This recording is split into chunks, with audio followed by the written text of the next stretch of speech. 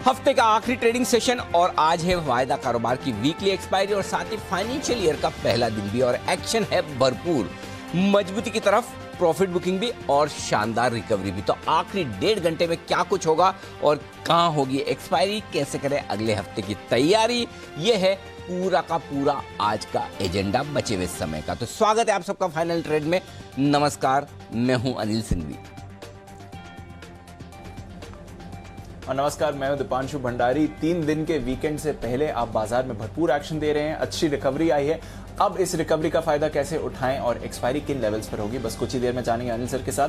पर उससे पहले बताएं सर, आने वाले 1.5 घंटे के लिए बड़ी बातें क्या हैं? गजब का कॉन्फिडेंस दिख रहा है बाजार में दीप। अब तक आप देखें तो बढ़त के साथ कारोबार होता दिख रहा है। 14,800 के आंकड़े के नजदीक बाजार कारोबार करता हुआ दिख रहा है। सेंचुरी मार्कर निफ्टी और बैंक निफ्टी जबरदस्त रिकवरी दिखाकर 33,500 के पास पहुंचता हुआ दिख रहा है। स्क्रीन पर जो होती खरीदारी दिख रही है, डबल सेंचुरी मार्कर 200 पॉइंट ऊपर बैंक निफ्टी है।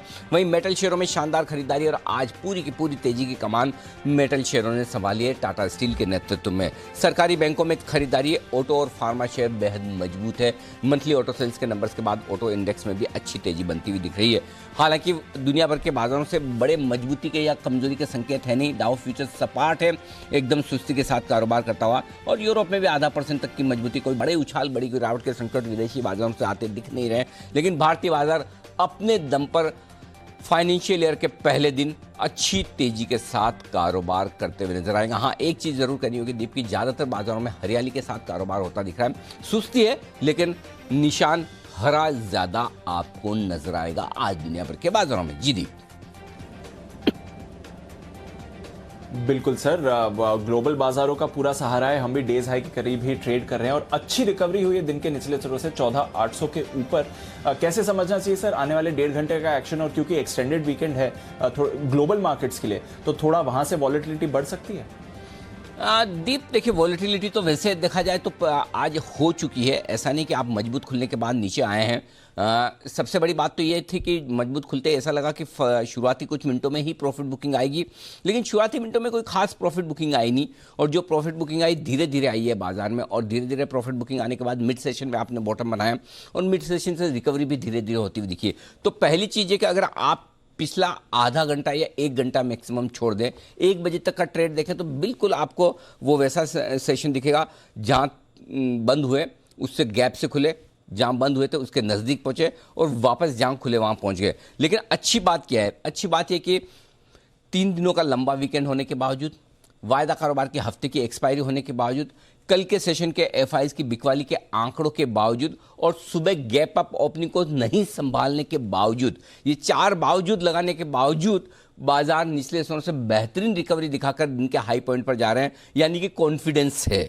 खरीदारी स्क्रीन पर होती दिख रही है। शॉर्ट कवरिंग कह दें चाहे खरीदारी कह दें, यह बाजार की ताकत दिखाता है। तो एक तरफ आपके पास 4 पॉजिटिव हैं जिसके चलते बाजार आपको खराब खबरों को या कमजोरी के संकेतों को नजरअंदाज करके मजबूत होने की कोशिश कर रहा है, वो सबसे बड़ा संकेत है। और दूसरी तरफ लंबे वीकेंड के बाद सोमवार का ट्रेड, तो उस हिसाब से आप देखें तो अहम लेवल के आसपास जब आप पहुंचेंगे तो हो सकता है थोड़ी प्रॉफिट बुकिंग आए, और वो 14,850 से 14,925 की रेंज है जहां पर प्रॉफिट बुकिंग आती दिखेगी, और 14,700 के नजदीक जहां जहां आप पहुंचेंगे वहां से आपको खरीदारी आती दिखेगी। तो ब्रॉडर रेंज को बाजार ट्रेड करने की कोशिश कर रहा है और इस बीच इसके बीचों बीच में 14,800 के आसपास है। तो मेरा ये समझना है कि मजबूती ज्यादा है, कमजोरी कम है। और मजबूती ज्यादा है इसलिए कह रहा हूं कि कमजोर संकेतों के बावजूद अगर बाजार पूरा का पूरा स्क्रीन पर तेजी दिखाकर दिन के हाई पॉइंट की तरफ ट्रेड करे तो उसे मजबूती का संकेत पढ़ना, समझना, मानना, जानना ज्यादा जरूरी है। हाँ, यह जरूर है कि इस मजबूती में दीप जो आपको बैंक निफ्टी से जितना सपोर्ट और जितना कंट्रीब्यूशन चाहिए वो है नहीं। अब इसका एक ही तरीका है कि आप बैंक निफ्टी के बजाय मेटल इंडेक्स पर फोकस करिए। जो सपोर्ट बैंक निफ्टी से कभी आपको निफ्टी को मिला करता था, वो सपोर्ट बैंक निफ्टी की जगह मेटल इंडेक्स पिछले कुछ दिनों से देने को तैयार है। और मेटल इंडेक्स को आप देखिए, लगातार मेटल इंडेक्स में स्पेशली स्टील वाली कंपनियों में हर गिरावट पर खरीदारी आती दिख रही है। और कुणाल जी की भाषा में कहें तो फार्मा के बाद अगर दूसरा कहीं क्रांति का आपको बड़ा लक्षण दिख रहा है तो इन मेटल शेयरों में दिख रहा है, और वहां से तगड़ी खरीदारी और सपोर्ट निफ्टी को आता हुआ दिख रहा है। तो ओवरऑल निफ्टी को बचाने के लिए बहुत कुछ है, बहुत सारे सेक्टर्स हैं, बहुत सारे स्टॉक्स हैं। तो मैं बैंक निफ्टी के बजाय पूरी तरह से फोकस निफ्टी पर रखे हुए हैं और मुझे लगता है कि यहाँ से भी अगला 1.5 घंटा मजबूती वाला सेशन होना चाहिए। मैं डेटा तैयार कर रहा हूँ और आज मैं पूरी कोशिश यही करूँगा दीप की, चूंकि एक्सपायरी का दिन है, वीकली एक्सपायरी, तो 2:30 बजे शार्प आपके लिए हो सकता है 2:25 पर ही आपके लिए डेटा में तैयार करके रख दूँ कि एक्सपायरी को लेकर किस तरह के डेटा बने। जी दीप। बिल्कुल सर, और आपकी स्ट्रैटेजी का इंतजार रहेगा, पर एक्शन को आगे फिर बढ़ाते हैं। अनिल जी थोड़ी देर में अपनी स्ट्रैटेजी देंगे। बाजार डेज हाई के करीब ट्रेड कर रहे हैं। कौन से हैं खबरों वाले स्टॉक्स और आने वाले दिनों के लिए इवेंट्स और ट्रिगर्स जहां पर रखनी है नजर, मानसी और वरुण से जानते हैं। मानसी, गुड आफ्टरनून, बताएं कौन से हैं इवेंट्स? बिल्कुल, गुड आफ्टरनून दीपांशु। आज ओपेक प्लस देशों की बैठक पर फोकस है। इसके अलावा कल 2 अप्रैल के दिन गुड फ्राइडे है, तो इसी मौके पर भारतीय बाजार और साथ ही यूएस समेत तमाम विदेशी बाजार में छुट्टी रहेगी। लेकिन साथ ही कुछ ट्रिगर्स हैं जिस पर फोकस करना है। टीवीएस मोटर कंपनी ₹1.40 प्रति शेयर के दूसरे अंतरिम डिविडेंड की कल रिकॉर्ड डेट होगी। वहीं ब्रिटानिया अंतरिम डिविडेंड पर बोर्ड बैठक होने जा रही है। अंतरिम डिविडेंड डिक्लेयर होने पर 10 अप्रैल इसकी रिकॉर्ड डेट तय की गई है। Adani port subsidiary Adani tracks का सरगुजा के साथ मर्जर हो जाएगा। वहीं एमएनएम पर फोकस रखिए, मैनेजमेंट में बदलाव की खबरें हैं। अनीश शाह एमडी और सीईओ पद संभालेंगे। इसके अलावा यूएस मार्च महीने का जॉब्स डेटा और बेरोजगारी के आंकड़े भी आते हुए दिखेंगे। तो ये तमाम ट्रिगर्स हैं जिस पर नजर रखनी होगी। बिल्कुल, तो ढेरों ट्रिगर्स हैं जहां पर रखनी है नजर। कई सारे स्टॉक्स भी हैं जो खबरों के दम पर एक्शन में हैं। जानते हैं वरुण के साथ। वरुण, गुड आफ्टरनून, बताइए।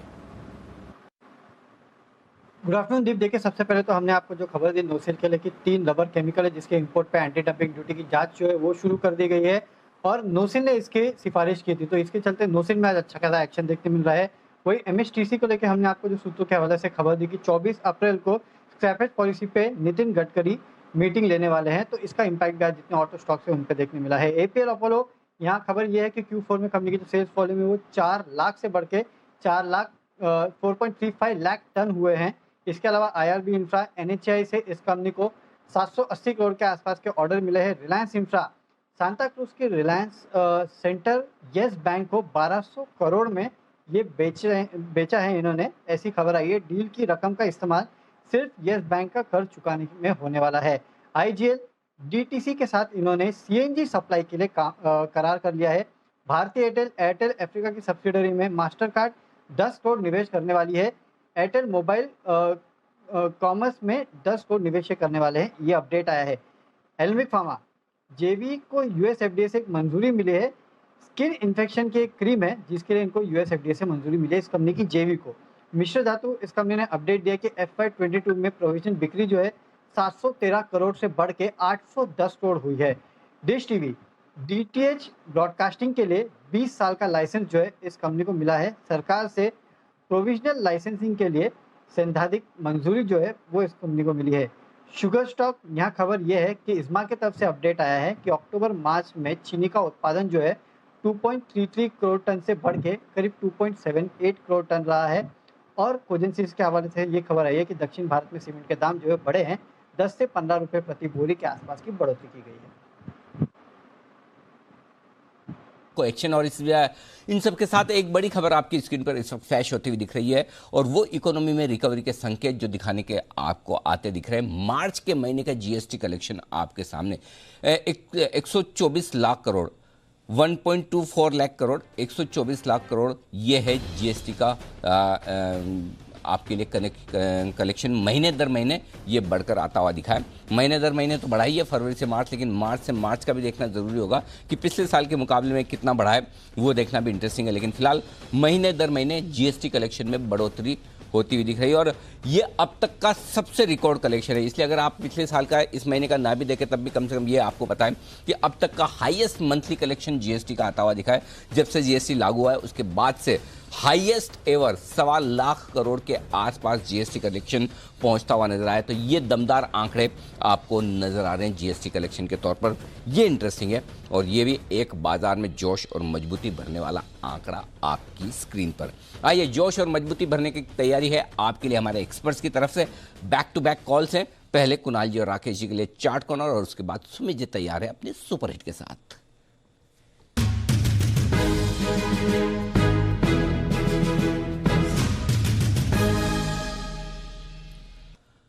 बताएं कुणाल जी, राकेश जी बताइए सर। अनिल जी, हमारी खरीदारी की राय है अपोलो टायर में एक बड़े वाला ब्रेकआउट देखने को मिल रहा है। स्टॉक बड़े पैमाने पर करेक्टिव ट्रेंड से निकल के दोबारा अप ट्रेंड में जा रहा है और पीछे हमने देखा था अपोलो टायर जब भागता है तो काफी तेज भागता है, तो उस बड़ी तेज भागने के लिए अपोलो टायर तैयार है। ओवर टू कुणाल जी। देखिए अनिल जी, अगर आवरली चार्ट्स देखे जाएं तो डबल बॉटम पैटर्न बिल्कुल साफ नजर आएगा, जिसका ब्रेकआउट आज 230 रुपए के ऊपर स्टॉक में हुआ है। 235 रुपए का मौजूदा भाव है, इस पर खरीद करके चले अपोलो टायर्स। 250 रुपए से पहले कोई रेजिस्टेंस नहीं है। स्टॉप लॉस 231 पर रख लें। 231 रुपए का स्टॉप लॉस पर्याप्त रहेगा। 231 के स्टॉप लॉस से बाय करें।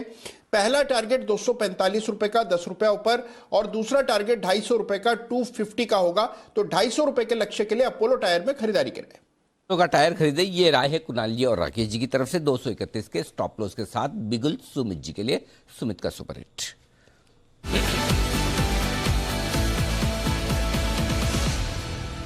बताएं सुमित जी। गुड आफ्टरनून अनिल जी। गुड आफ्टरनून अनिल जी, बाय का स्टॉक रडार पे आया है। स्टॉक का भाव चल रहा है 52 रुपए 10 पैसे। स्टॉक का नाम है मार्क्सन्स फार्मा। स्टॉक के अंदर बाइंग देखने को मिलनी चाहिए। क्यों? क्योंकि पिछले 10-11 दिनों की गिरावट के बाद स्टॉक आज पहला दिन है जब एक रिकवरी दिखा रहा है। सबसे बढ़िया बात स्टॉक के अंदर देखने को मिल रही है कि स्टॉक 200 डीएमए लेवल्स टेस्ट करके वहां से एक शार्प मूव दिखा रहा है। पिछले 3 दिनों के हाई स्टॉक ब्रेक कर रहा है। मार्क्सन्स फार्मा के अंदर यहां से ऊपर का मूव देखने को मिलना चाहिए, और ये गिरावट के बाद अब यहां से एक रिकवरी और एक बाउंस बैक, पुल बैक जरूर देखने को मिलना चाहिए, जिसमें 56 का इमीडिएट टारगेट होगा। 56 का पहला टारगेट होगा। 56 का लेवल क्रॉस होते ही 60 रुपए तक के टारगेट जल्दी ही मार्क्सन्स फार्मा के अंदर देखने को मिल सकते हैं। स्टॉप लॉस और रिस्क रिवॉर्ड रेशियो यहां पे बहुत बढ़िया बैठ रहा है, तो जो यहां पे बाय करेंगे वो स्टॉप लॉस लगाएं 49 रुपीज या 49 रुपीज 50 पैसे का।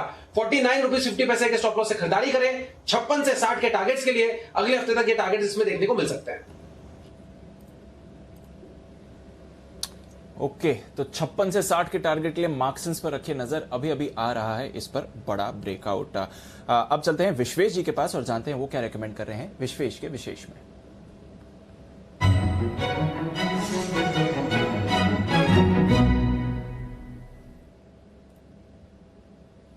गुड आफ्टरनून विश्वेश जी, बताएं sir. Good afternoon Deepanshu, good afternoon Anil ji. देखिए मुझे ऐसा लग रहा है कि मार्केट एक बहुत ही साइडवेज कंसोलिडेशन के बाद अब ऐसे सिग्नल दे रहा है कि बैंक निफ्टी शायद और यहाँ से चल सकता है और परफॉर्म कर सकता है। तो मुझे लग रहा है बैंकिंग स्टॉक्स में प्राइवेट सेक्टर में से कोटक बैंक जो है बहुत ही ब्यूटीफुली प्लेस्ड है। अगर आप देखेंगे तो कोटक बैंक ऑलमोस्ट मार्च में टॉप होने के बाद में 1930 के लेवल से ऑलमोस्ट हम देख रहे हैं 2000 के लेवल से 1750 तक आया था। तो मुझे लगता है साइजेबल करेक्शन डन हो गया कोटक बैंक में। लास्ट 4 दिन में कोटक बैंक ने बहुत ही beautiful copy book double bottom बनाया है, जिसको या मारूबुजू बॉटम भी कह सकते हैं। जिस हिसाब से आज के दिन में कोटक बैंक 1800 के ऊपर जा रहा है, जहां पे मैक्सिमम कॉल राइटिंग है 6 लाख शेयर का, मुझे लगता है कोटक बैंक बहुत ही स्विफ्टली मूव करना चाहिए अपसाइड में। तो कोटक बैंक को करंट लेवल पे खरीदे, 1800 के नजदीक आए तो और ऐड करें। 1770 का एक स्टॉप लॉस रखे। 1840, 1870 और 1900 ये बड़े टारगेट के लिए मुझे लगता है कोटक बैंक को 3 से 5 दिन के लिए खरीद के रखना चाहिए। ओके, तो कोटक बैंक पर रखिए नजर। पोजिशनली एक कॉल आते हुए दिख रहा है। 1900 तक के लेवल्स इस काउंटर में आते हुए आपको दिख सकते हैं, तो नजर रखिए। बैंक्स अब थोड़ा मोमेंटम में आ रहे हैं। डेज हाई पर है कोटक बैंक और बैंक निफ्टी भी थोड़ा मोमेंटम पकड़ते हुए दिख रहा है। 350 पॉइंट्स ऊपर फिलहाल बैंक निफ्टी आपको आते हुए दिख रहा है। इंडसइंड बैंक एक और काउंटर जहां पर एक्शन आपको बनते हुए दिख रहा है। इंडसइंड बैंक पर भी जरा राय लेते हैं। सुमित जी बताइए क्या करना चाहिए इंडसइंड बैंक पर। दीपांशु देखिए, बैंकिंग स्टॉक्स में एक एक करके मोमेंटम बढ़ता जा रहा है और बैंक निफ्टी ने जस्ट अभी हाई ब्रेक किया है, तो बैंक निफ्टी यहां से एक अच्छा अपसाइड मूव दिखाना ही चाहिए। इसके पीछे पीछे ये बैंकिंग स्टॉक्स चलेंगे, तो इंडसइंड बैंक यहां पे बाय बनता है, जिसमें जल्दी ये 1000 के लेवल क्रॉस करेगा। 975 स्पॉट लेवल्स है। स्टॉक के अंदर खरीदारी बिल्कुल कर सकते हैं। जिन्होंने ले रखा है वो होल्ड करें। 950 का नीचे में सपोर्ट है, ऊपर में 1000 का पहला साइकोलॉजिकल टारगेट होगा, और वो लेवल निकलने के बाद 1040 तक का मूव भी इंडसइंड बैंक के अंदर देखने को मिल सकता है। बैंक्स पर बन रही है तेजी, जबरदस्त action. IndusInd bank, Kotak bank, AU small finance bank, city union bank, federal bank, axis bank, यहां पर खरीदारी आती हुई दिख रही है। आईसीआईसीआई बैंक भी अब पार्टिसिपेट कर रहा है। बैंक ऑफ बड़ौदा तो 2-3 दिनों से अच्छे एक्शन में है ही। आईडीएफसी फर्स्ट बैंक में भी आज जबरदस्त रिबाउंड है। तो बैंक्स पर रखिए नजर, क्योंकि अभी अभी एक्शन यहां पर भरपूर आते हुए दिख रहा है। 350 पॉइंट्स अब ऊपर है बैंक निफ्टी और एक्शन आपको दिख रहा है। निफ्टी पर भी ये सपोर्ट दे रहा है। 14,850 की तरफ आपको निफ्टी भी बढ़ते हुए दिख रहा है। तो एक्शन बनते हुए दिख रहा है इस समय। इस बीच कोल इंडिया की तरफ से अपडेट आ रहा है। मार्च महीने में बिक्री के आंकड़े आ रहे हैं। 12% की बढ़त रही है सालाना तौर पर। ऑफकोर्स सालाना तौर पर तो एक्शन अच्छा ही आपको दिखेगा, बट कुल उत्पादन घटा है एक्चुअली। पिछले साल मार्च में उत्पादन ज्यादा था जितना इस साल मार्च में हुआ है। कुल बिक्री ऑफकोर्स 12% बढ़कर आई है, बट टोटल जो प्रोडक्शन रहा है वो घटा है कोल इंडिया के लिए। स्टॉक वैसे भी अंडर परफॉर्म कर रहा है, 150 के करीब जाता है, वहां से करेक्शन आता है, अपने 52 वीक लो से ज्यादा दूर नहीं है। कोल इंडिया यहां पर आपके लिए एक अपडेट आते हुए दिख रहा है। बट एक्शन बाजार पर फ्रंट एंड सेंटर काफी सारे स्टॉक्स पर पार्टिसिपेशन इस समय बढ़ रहा है। L&T टेक्नोलॉजीज यहां पर भी अच्छे मूव आई है। सुबह से एक्टिव था, अब निचले स्तरों से फिर से रिकवर कर रहा है। पर हिंडाल्को पर नजर रखिए। आज सुबह हिंडाल्को के बारे में हम चर्चा भी कर रहे थे और कॉल भी आया था यहां पर जय की तरफ से हिंडाल्को का 335 का खरीदने का। हिंडाल्को पर अब क्या करें, बंसल जी जरा राय दें। जिस तरह से एक्शन आ रहा है और बढ़िया स्पाइक है 6% ऊपर।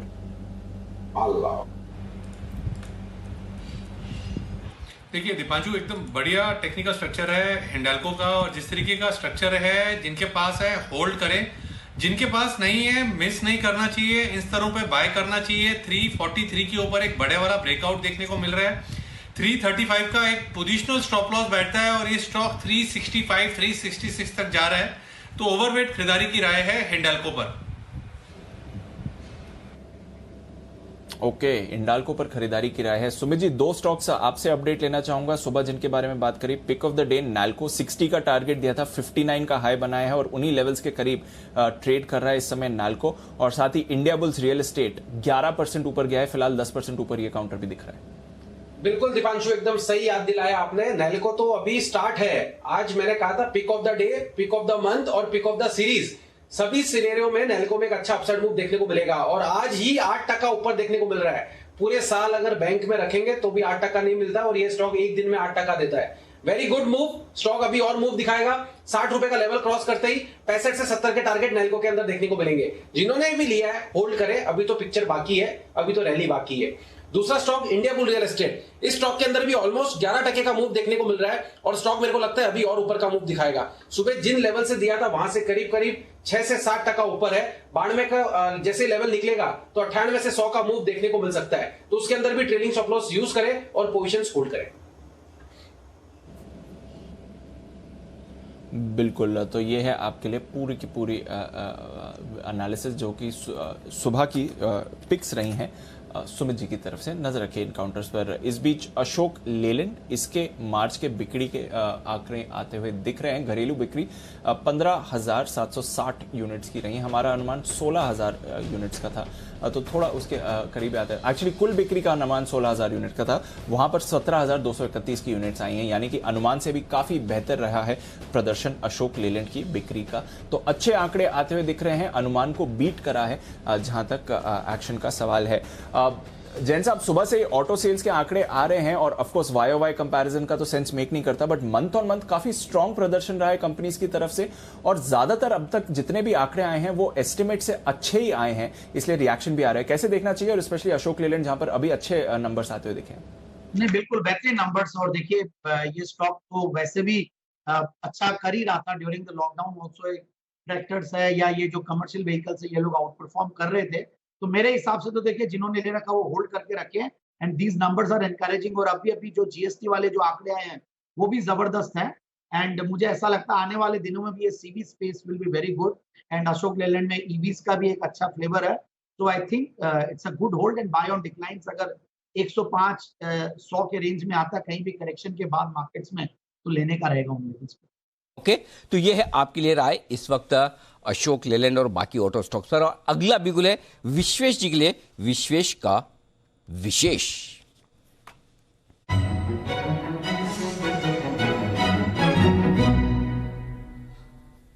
विश्वेश जी बताएं सर, क्या करना चाहेंगे? देखिए अनिल जी, बैंक निफ्टी पे हमने बिकवाली की थी 36 से ऑलमोस्ट 32 तक ट्रेड किया।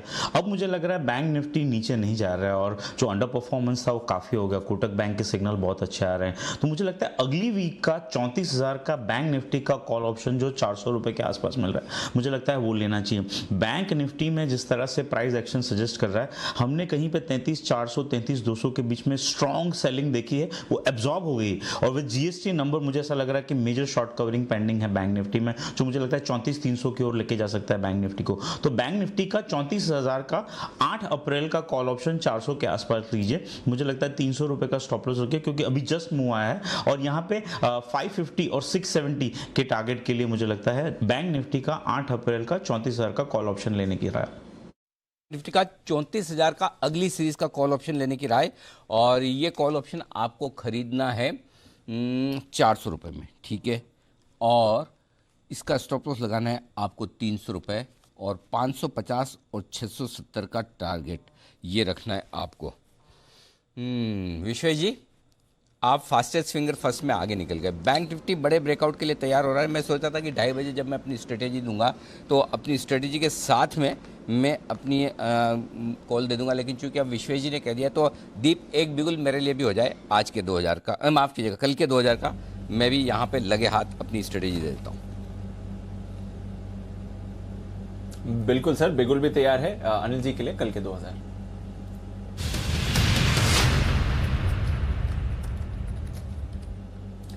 बताएं सर। राय खरीदारी की बैंक निफ्टी में ही है दीप, और 33,950 975 ये टारगेट बनेगा बैंक निफ्टी का। उससे पहले एक छोटा टारगेट है 33,850 का। मैं सारे स्पॉट लेवल बता रहा हूँ। 33,850, 33,975, उसके बाद 34,150, ये 3 टारगेट मिनिमम लेके चलिए।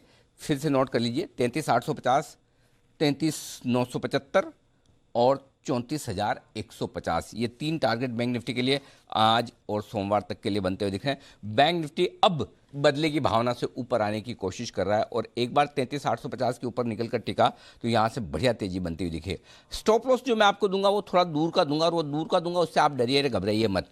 वो इसलिए दे रहा हूँ ताकि आपका स्टॉप लॉस ट्रिगर ना हो।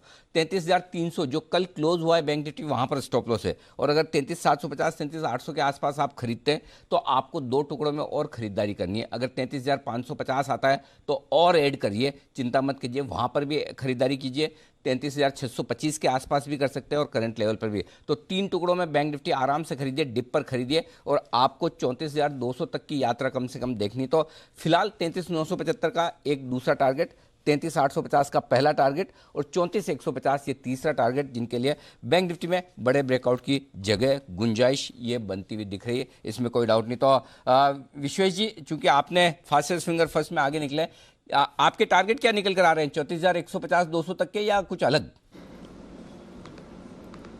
देखिए अनिल जी, बैंक निफ्टी में एक बहुत ही ब्यूटीफुल फॉर्मेशन हुआ है जिसको इन्वर्टेड हेड एंड शोल्डर कहते हैं। तो 34,300 मतलब 34,350 तो मुझे लगता है खड़े खड़े हो जाएगा। शायद आज क्लोजिंग में हीरो में भी मुझे लगता है कि ट्रैप हो जाएगा, क्योंकि मैं जब डेटा चेक कर रहा हूं तो मुझे ऐसा लग रहा है अनिल जी कि आज के दिन में बहुत दबा के 33,500 34,000 के कॉल में राइटिंग हुई है। अब अगर कोटक बैंक निकला है, RBL निकला है, तो मुझे लगता है कि बैंक निफ्टी तो मतलब आज 34,000 हम देख सकते हैं। तो 34,350 मेरा टारगेट है अनिल जी बैंक निफ्टी पे। आज हो या फिर नेक्स्ट डे हो वो बोलना मुश्किल है, लेकिन मुझे लगता है कि 34,350 आएगा बैंक निफ्टी में। 150 तक के टारगेट बैंक निफ्टी पर अब आपके लिए आते हुए दिखेंगे। ये है राय विश्वेश जी की तरफ से आती हुई दिख रही, और बहुत ही मजबूती के साथ स्टॉक माफ कीजिएगा इंडेक्स दोनों ही ट्रेड करते हुए दिख रहे हैं, चाहे वो निफ्टी हो चाहे बैंक निफ्टी। डे हाई 14,850 यहाँ पर पहुंचता हुआ निफ्टी, और बैंक निफ्टी 33,850 के आसपास पहुंचता हुआ। तो 2 बढ़िया बेहतरीन मजबूत लेवल आपको दिखेगा। आपको एक और मजबूत स्टॉक बताने के लिए तैयार है सुमित जी, फुल फॉर्म में धुआंधार सैटेलाइट छोड़ते हुए एक के बाद एक सुमित जी का सुपर हिट।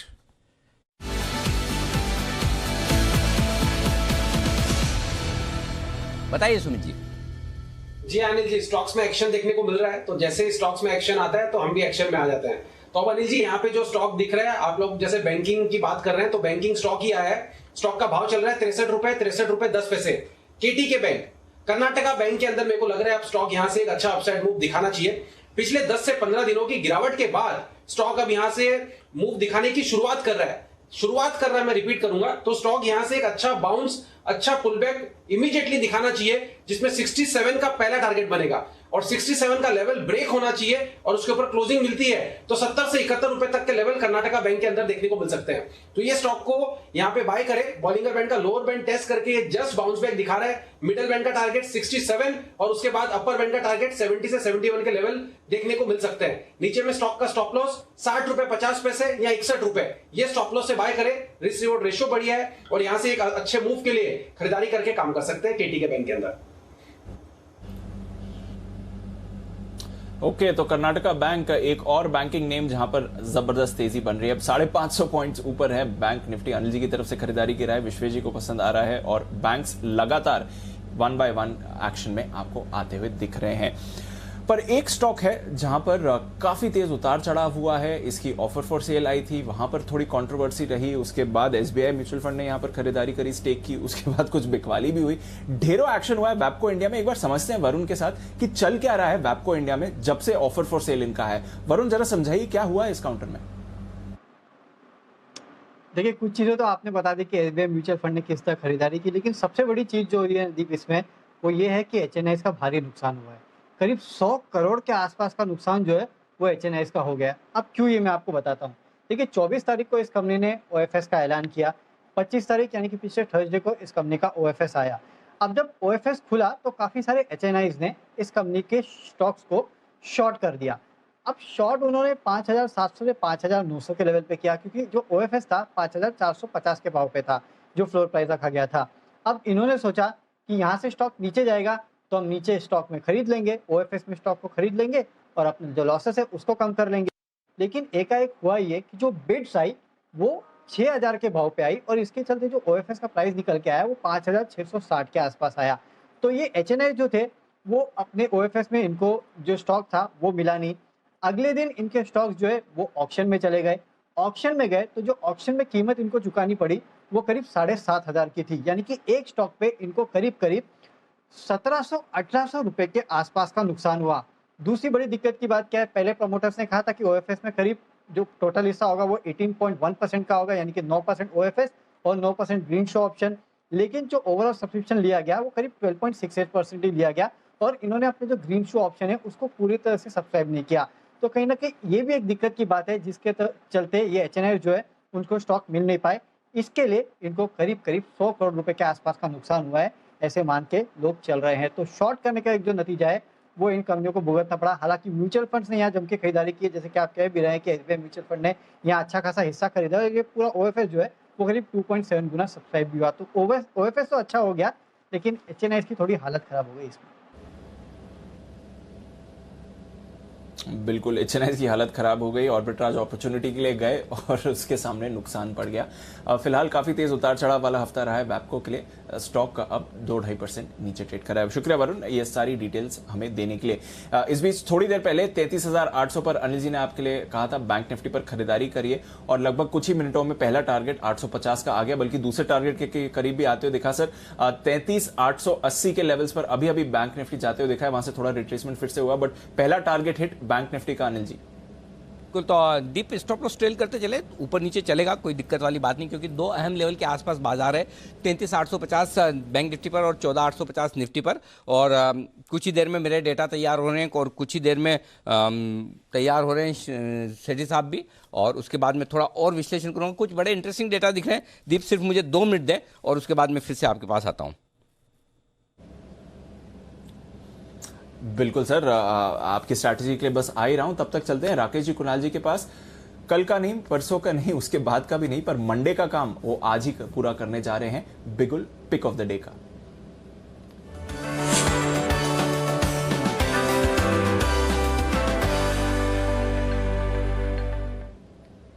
बताएं सर।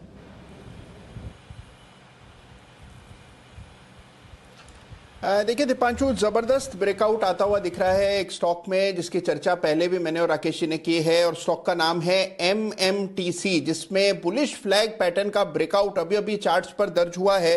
जबरदस्त मोमेंटम बन रहा है, तो इसको मिस नहीं करना चाहिए। इन स्तरों पर बाय करके चलें। ये आने वाले सप्ताह में आपको एक बड़ा अपमूव दिखाएगा। Over to Rakesh. दिपांशु, बेहतरीन टेक्निकल स्ट्रक्चर है, और एक चीज ऐड करना चाहूंगा, जितनी चर्चा मैंने और कुणाल जी ने करी है उससे ज्यादा चर्चा इस स्टॉक की सुमित बागड़िया जी कर चुके हैं। टेक्निकली एकदम परफेक्ट पैटर्न है, ऊपर तो ब्रेकआउट है, सबसे इंपॉर्टेंट है नीचे बेस की ट्रेंड लाइन जो है सपोर्ट वो काफी स्ट्रांग है। 42 एक अहम सपोर्ट है, वहां का स्टॉप लॉस लगाना है। 51 रुपीज पहला टारगेट है, 55 रुपए दूसरा टारगेट है, और MMTC है हमारा पिक ऑफ द डे।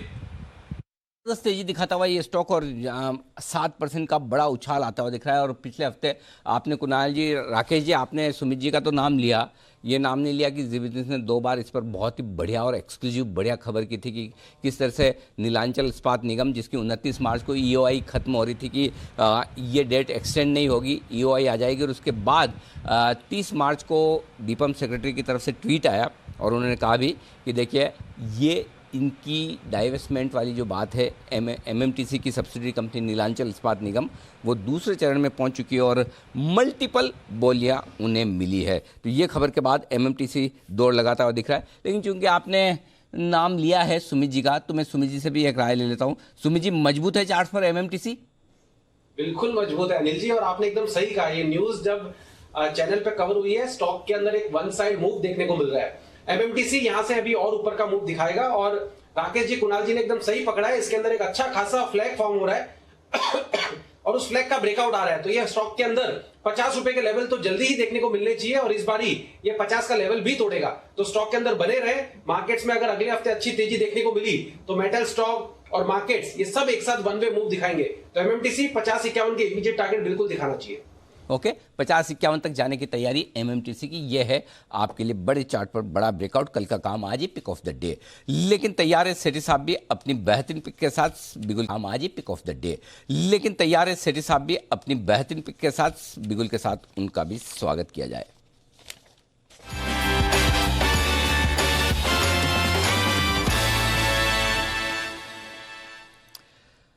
स्वागत है आपका सेठी साहब। बनाएं सर, आपके लिए तो एकदम परफेक्ट मार्केट है। ऐसी पिची तो आपको चाहिए बैटिंग करने के लिए, बिल्कुल फिरोज शाह कोटला वाली, जहां 5 दिन आप बैटिंग करें आउट ही ना हो, राइट?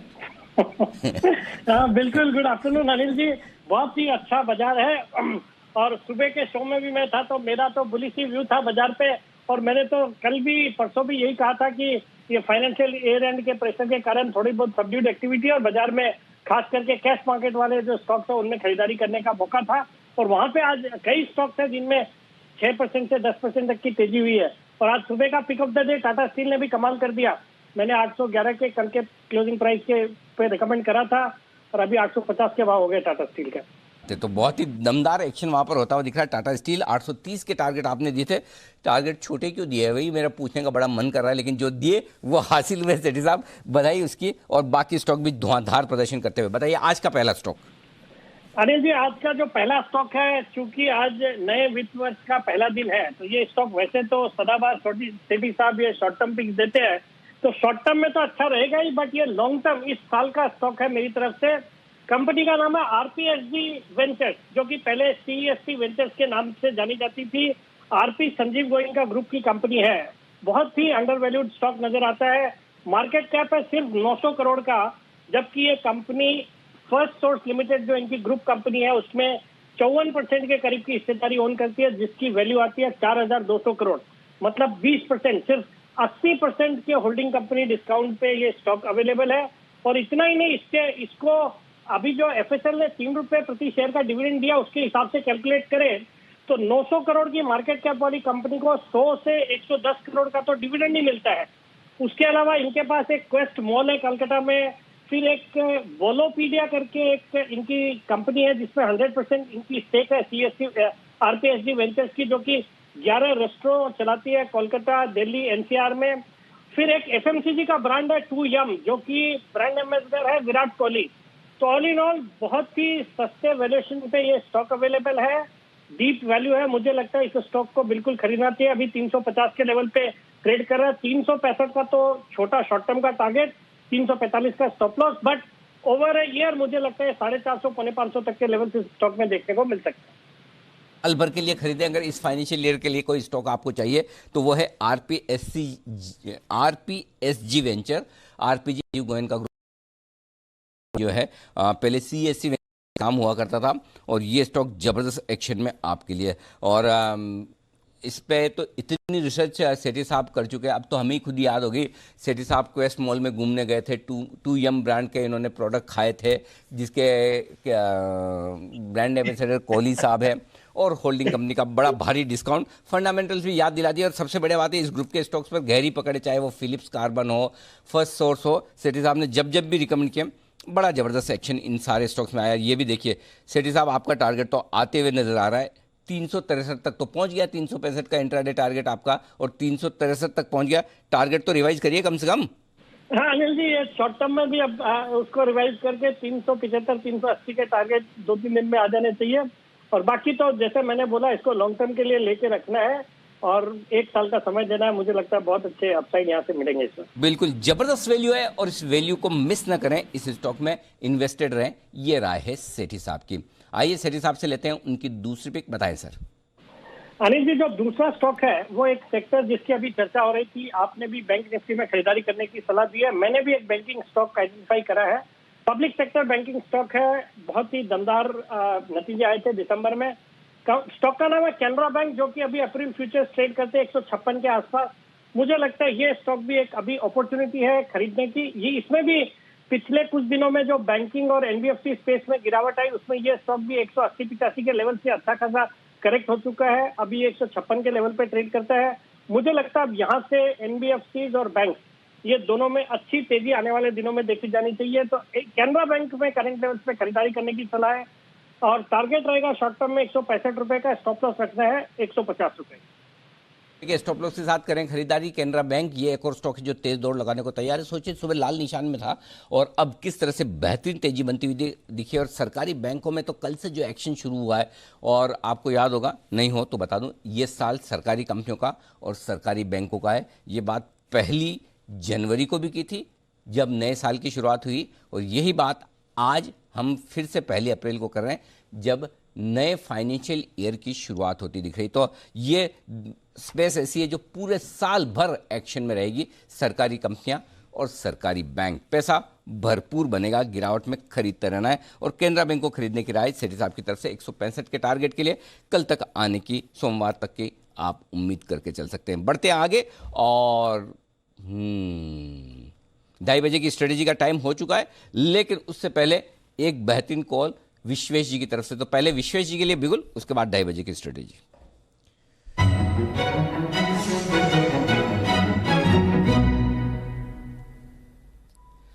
बताएं विश्वेश जी, कौन सा स्टॉक आप दौड़ लगाने को तैयार है?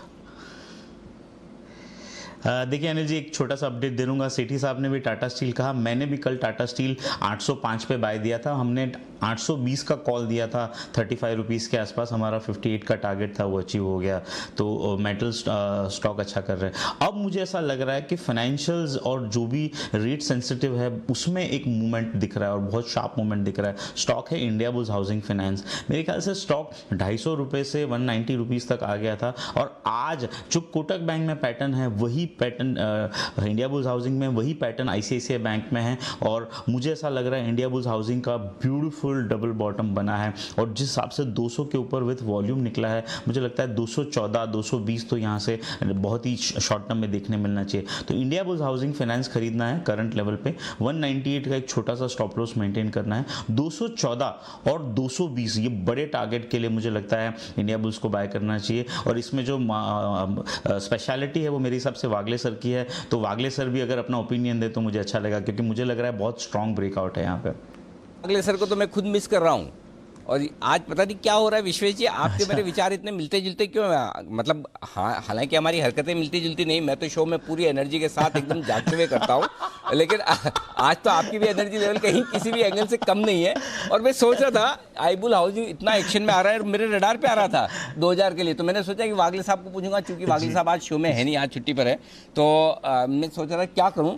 जब तक आपकी तरफ से ये कॉल आ गया तो बिल्कुल एकदम परफेक्ट, आप ये मान के चलें कि वागले साहब जहां कहीं भी हैं, आपके ऊपर उनका, आपके सर पे उनका हाथ है आईबुल हाउसिंग के कॉल पर इस बार, तो निश्चिंत रहें, बहुत बढ़िया डेटा बनते हुए नजर आ रहा है और ये स्टॉक वाकई में यहां से कमाल करने को तैयार नजर आता दिख रहा है, मुझे तो दिख रहा है कम से कम। अगर वागले साहब ने सपोर्ट चाहिए तो कुणाल जी से ले लीजिए। कुणाल जी, आईबुल हाउसिंग।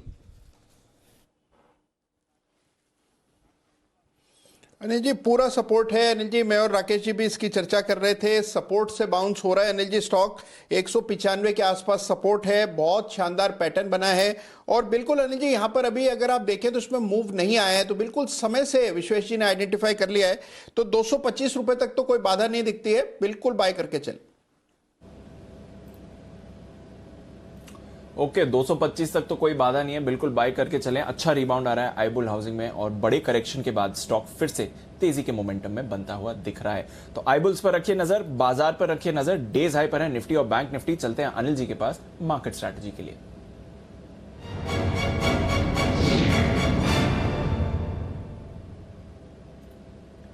सर, ग्लोबल मार्केट से भी पूरा सहारा मिलते हुए दिख रहा है। जो हम सुस्ती देख रहे थे डाउ फ्यूचर्स में सुबह, वो अब एक्शन में बदल गई है। हालांकि थोड़ा सा ही एक्शन है, बट फिर भी 50 पॉइंट्स पॉजिटिव है। और नैस्डैक फ्यूचर्स पर सर नजर रखिए, क्योंकि 1% की तेजी नैस्डैक फ्यूचर्स में, तो कल जो 1.5% का उछाल था, उसके बाद आज और 1% नैस्डैक फ्यूचर्स ऊपर है। और जो अमेरिका की 10 साल की बॉन्ड यील्ड है, वो भी कूल ऑफ हो गई है, 1.75 के लेवल से अब 1.71 के करीब आते हुए दिख रही है, तो वहां से भी सहारा है।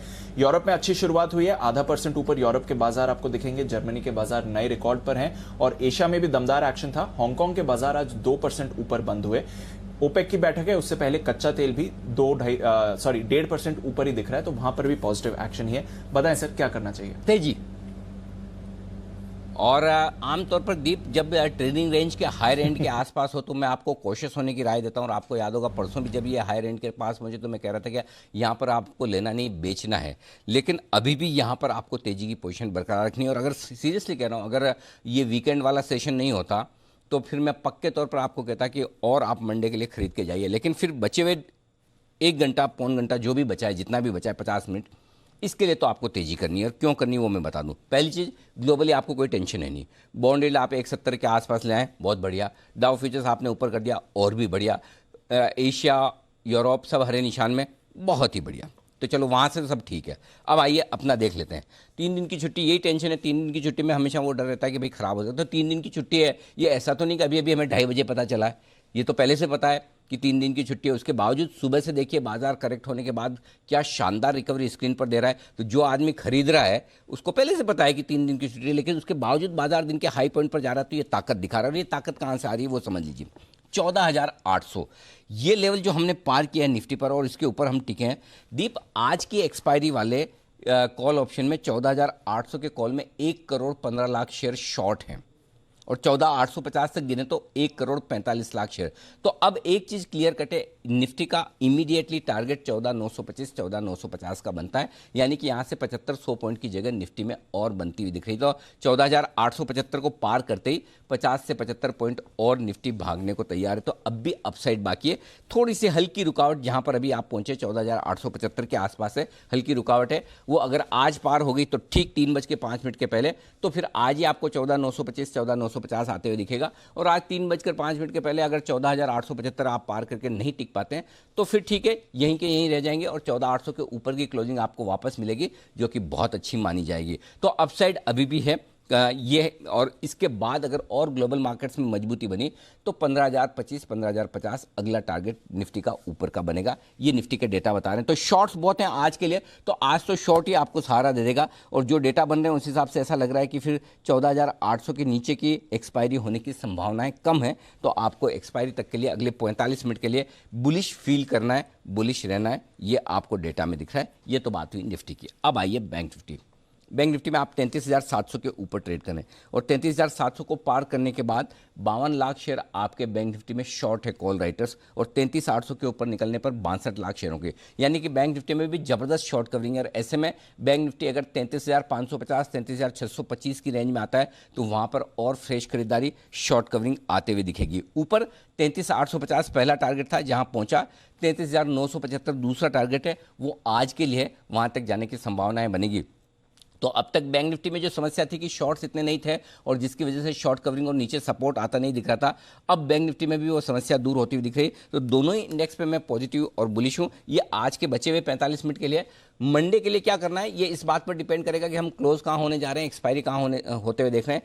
तो मैं वो 3:20 पर आपको स्ट्रेटेजी बताऊंगा कि किन लेवल्स पर बंद हो रहे हैं, उस हिसाब से प्रॉफिट बुक करें या फ्रेश खरीदारी करके जाए। लेकिन ओवरऑल बचे हुए 45 मिनट के लिए कोई बड़ा एक्सीडेंट होगा ऐसा नजर नहीं आ रहा। तेजी की तरफ ही बाजार रहना चाहिए, ये साफ नजर आ रहा है। जी दीप। बिल्कुल, तो तेजी की तरफ बाजार रहेगा। थोड़ा ये रेजिस्टेंस जोन के करीब आ रहे हैं, बट बढ़िया एक्शन यहां से और बाजार पड़ सकते हैं। तो तेजी का माहौल, मूड माहौल बनते हुए आपको दिख रहा है। जबरदस्त एक्शन है इस समय बाजार में और ढेरों स्टॉक्स पार्टिसिपेट कर रहे हैं। मिश्र धातु ये एक स्टॉक है जहां पर अच्छा एक्शन बन रहा है। जैन साहब जरा इस पर राय दें। बाकी मेटल स्टॉक्स के हिसाब से अगर आप देखें तो इसने उतना परफॉर्म नहीं करा है, पर आज जो इनकी तरफ से अपडेट आया है Q4 परफॉर्मेंस का, वो काफी तगड़ा रहा है और 7% का उछाल काउंटर दिखा रहा है। क्या राय देंगे सर? बिल्कुल इन लेवल्स पे बिल्कुल भी एग्जिट नहीं करना चाहिए। इनफैक्ट मैं थोड़े से ऊपर के लेवल्स भी रेकमेंड किया था, वेरी फ्रेंकली 190-95 के लेवल्स पे रेकमेंड किया था। डिविडेंड भी था बट उसके बाद नीचे आया, बट आज अब एक शार्प बाउंस बैक दिया है। तो मेटल्स के स्टॉक्स में एक अच्छा बेट है और पीएसयूज अच्छा कर ही रहे हैं और जो Q4 के अपडेट्स भी आए हैं वो भी बढ़िया है। सो आराम से स्टॉक को ले, यहाँ पे बैठे रहे, बने रहे 220 से 25 के टारगेट्स के लिए।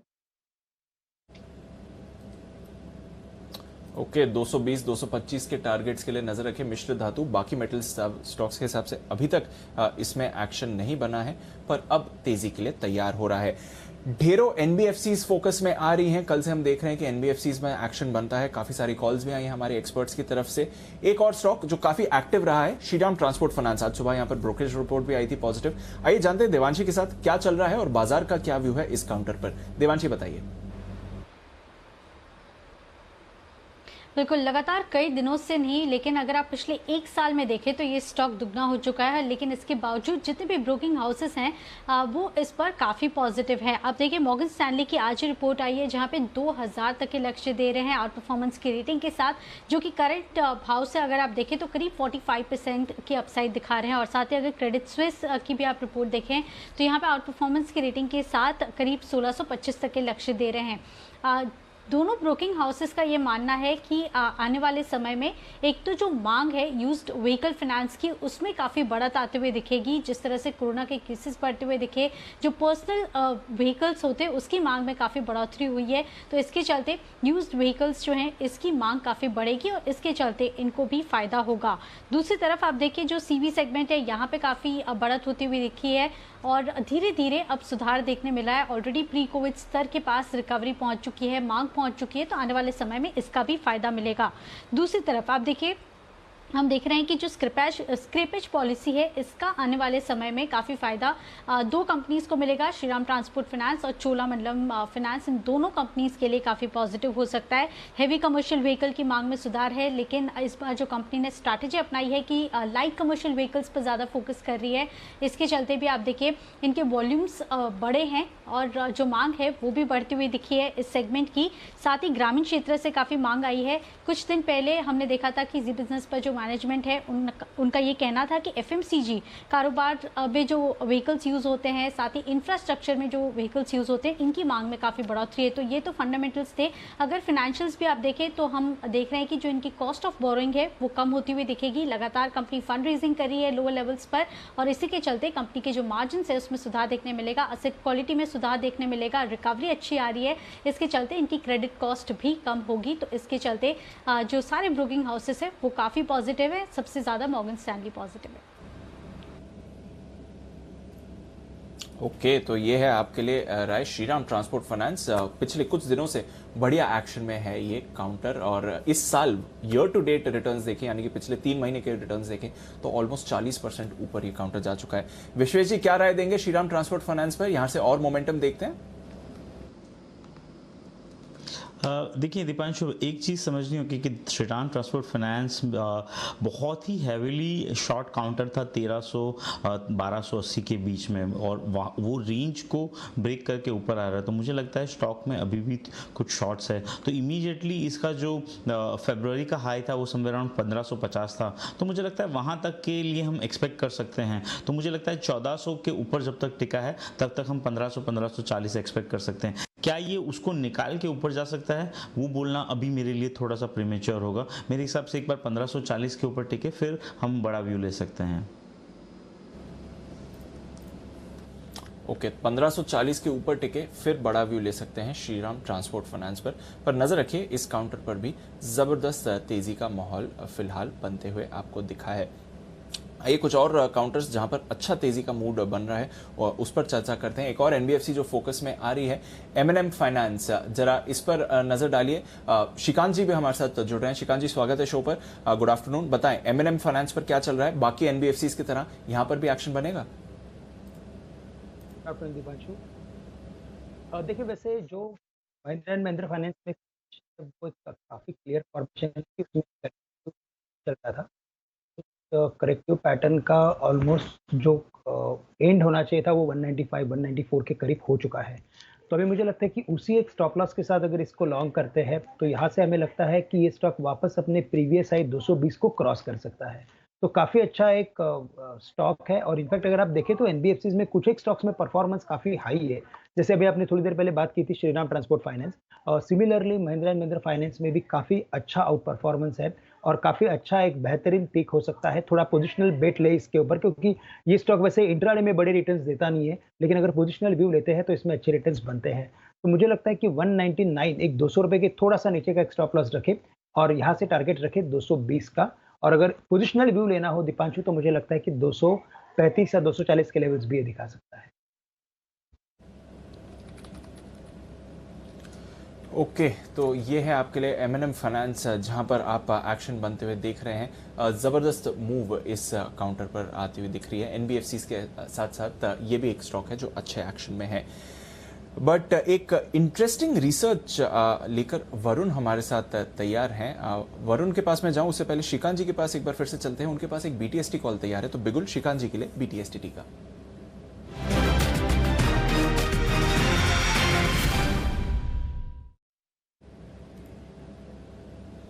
बताएं श्रीकांत जी। दीपांशु, देखिए वैसे काफ़ी सारे स्टॉक्स में अच्छा एक ब्रेकआउट आ रहा है। पिछले 3 या 4 दिन से अगर आप देखें तो कई स्टॉक्स में एक साइडवेज कंसोलिडेशन हुआ है और उसमें से ब्रेकआउट आ रहा है। तो हमें लगता है कि अभी यहाँ से अगर कुछ बाय करना है तो डीमार्ट बाय किया जा सकता है। 2910-2905 के करीब ट्रेड कर रहा है। पिछले 3 या 4 दिन के जो हाईएस्ट लेवल्स थे उसे अभी कॉन्फिडेंटली उसने क्रॉस किया है, और कई बार काफ़ी अच्छे ब्लॉक डील्स भी इस लेवल से हुए हैं। तो हमें लगता है कि ये स्टॉक कम से कम वापस एक बार 2950 से लेकर 2980 के लेवल्स दिखा सकता है। तो करंट लेवल से डीमार्ट को बाय करें और एक छोटा सा स्टॉप लॉस रखें। 2890 का स्टॉप लॉस रख सकते हैं, 20 रुपए का स्टॉप लॉस, और टारगेट्स 2950 से लेकर 2970 के। 2970। अच्छा श्रीकांत जी, ये बताइए कि आपने कहा कि इसने बड़ा कॉन्फिडेंटली क्रॉस किया। ये लेवल तो लेवल है, इसमें कॉन्फिडेंस कहाँ से दिखता है कि इसमें क्रॉस किया, इसमें कॉन्फिडेंस है, इसने क्रॉस किया, इसमें कॉन्फिडेंस नहीं? ये कैसे पता चलता है आपको? इसमें एक से क्या होता है कि जब एक रेंज के अंदर कोई स्टॉक आता है तो उस रेंज के अपवर्ड बाउंड्री में वॉल्यूम नहीं होते हैं इनिशियली। जैसे कि फॉर्मेशन बनने की शुरुआत होती है अनिल जी, तब जब अपवर्ड रेंज होती है वहाँ पे वॉल्यूम नहीं आते हैं, क्योंकि जो भी उसके अंदर कंसोलिडेट कर रहा है उसे आइडिया होती है कि मुझे यहाँ पे सब कुछ नहीं लेना है, मुझे लेना है लोअर लेवल्स पे। तो जैसे वो लोअर बाउंड्री पे आता है तो बड़े वॉल्यूम्स होते हैं, अपवर्ड बाउंड्री पे वॉल्यूम्स नहीं होते हैं।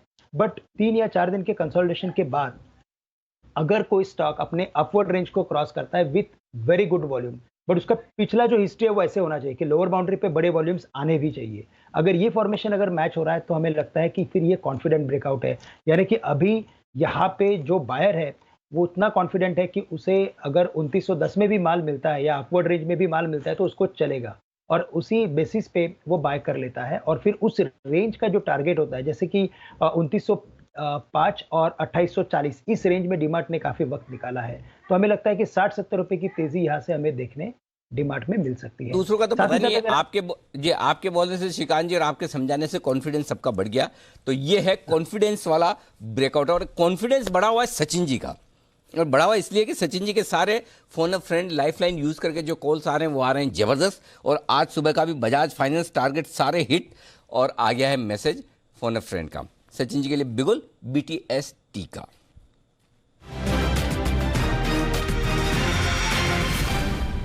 BTST सचिन जी की तरफ से। सचिन जी तैयार है? सर स्वागत है। जबरदस्त फॉर्म में आप NBFC सारी खरीदने की राय पहले से दे रहे थे, और अब NBFC जिस तरह से नीचे के लेवल से घूमे, बताइए क्या है फ्रेश कॉल? जी अनिल जी, ये काफी एक्सपेक्टेड था कि कहीं जाकर जो डाइवर्जेंस था निफ्टी और बैंक निफ्टी में, कहीं जाकर वो यूनिफॉर्म एक ट्रेंड में ब्लेंड होना चाहिए। मुझे लग रहा है वो पर्टिकुलर समय आ चुका है जहाँ पे बैंक्स पे वापस ध्यान देना ही है। सो स्टॉक्स में अभी खरीदारी करनी है SBI इस पर्टिकुलर काउंटर में। जिस तरीके से इसने अपने 370 के लेवल को होल्ड किया है, previous day swing hike and short term averages दोनों के ऊपर अच्छी तरह यहाँ पर मूव एक्सटेंड हो रही है। तो जिस तरीके से सेटअप है, मुझे लग रहा है अराउंड 366 के स्टॉप लॉस के साथ यहाँ पर फ्रेश लॉन्ग पोजीशन ऐड किए जा सकते हैं। एक ही टारगेट दूंगा अराउंड 395 का, थोड़ा लंबा दूंगा, बट मुझे लग रहा है जिस तरीके से ये पर्टिकुलर पैटर्न निकला है, एक डेली चार्ट पे अगर हम देखें तो एक फॉलिंग वेज फॉर्मेशन का कंफर्मेशन आया है। तो मुझे लग रहा है काफी बड़ी अपमूव यहाँ पर अनलॉक हो चुकी है। तो 370 के ऊपर सस्टेन हो रहा है, वही काफी इंपॉर्टेंट ट्रिगर था। आई थिंक वो पर्टिकुलर ट्रिगर अभी एंड में कंफर्म हो चुका है। तो मुझे लग रहा है 395 के लक्ष्य के लिए यहाँ पर लॉन्ग पोजीशन बनानी चाहिए। स्टॉप लॉस काफी छोटा दे रहा हूँ मैं 366 का। और अनिल जी और एक काउंटर है, स्पेशली हम सीमेंट के बारे में काफी चर्चा कर रहे हैं। रामको सीमेंट इस पर्टिकुलर काउंटर ने 1030 का जो लेवल है वो काफी अच्छी तरह मेंटेन किया है। एंड इनफैक्ट अगर हम थोड़ा लंबा चार्ट देखें तो वहां पर एक ब्रेकआउट एस्टैब्लिश हुआ है। तो जिस तरीके से यहाँ पर भी डेटा प्लेस्ड है, मुझे लग रहा है ये मूव अराउंड 1080-85 के आसपास एक्सटेंड होनी चाहिए। तो यहाँ पर भी खरीदारी करने की सलाह होगी। स्टॉप लॉस अभी यहाँ से लगाना है आपको 1018 के आसपास फ्यूचर में। हम तो भूल ही गए थे ये स्टॉक भी लिस्टेड है FNO में, बड़े दिनों बाद किसी के रडार पे आया है ना। बहुत दिनों से भूल गए। तो दोनों स्टॉक SBI और रैमको सीमेंट यहाँ पर खरीदारी करने की राय सचिन जी ने अपनी लाइफलाइन को पूरी तरह से इस्तेमाल किया है। आमतौर पर लाइफलाइन एक सवाल के लिए मिलती है, एक स्टॉक के लिए मिलती है, लेकिन दोनों एक साथ, वाह वेरी गुड।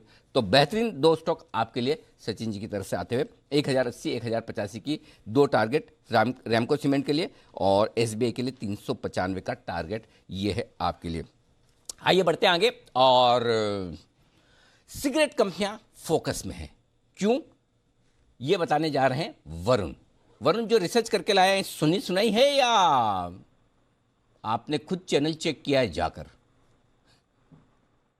देखिए अनिल जी, एक तो ये मैंने कुछ रिपोर्ट से लिए हैं, क्योंकि अब Q4 खत्म हो गया तो काफ़ी सारी रिपोर्ट्स आना शुरू हो गए, तो वहाँ से कुछ उठाया है।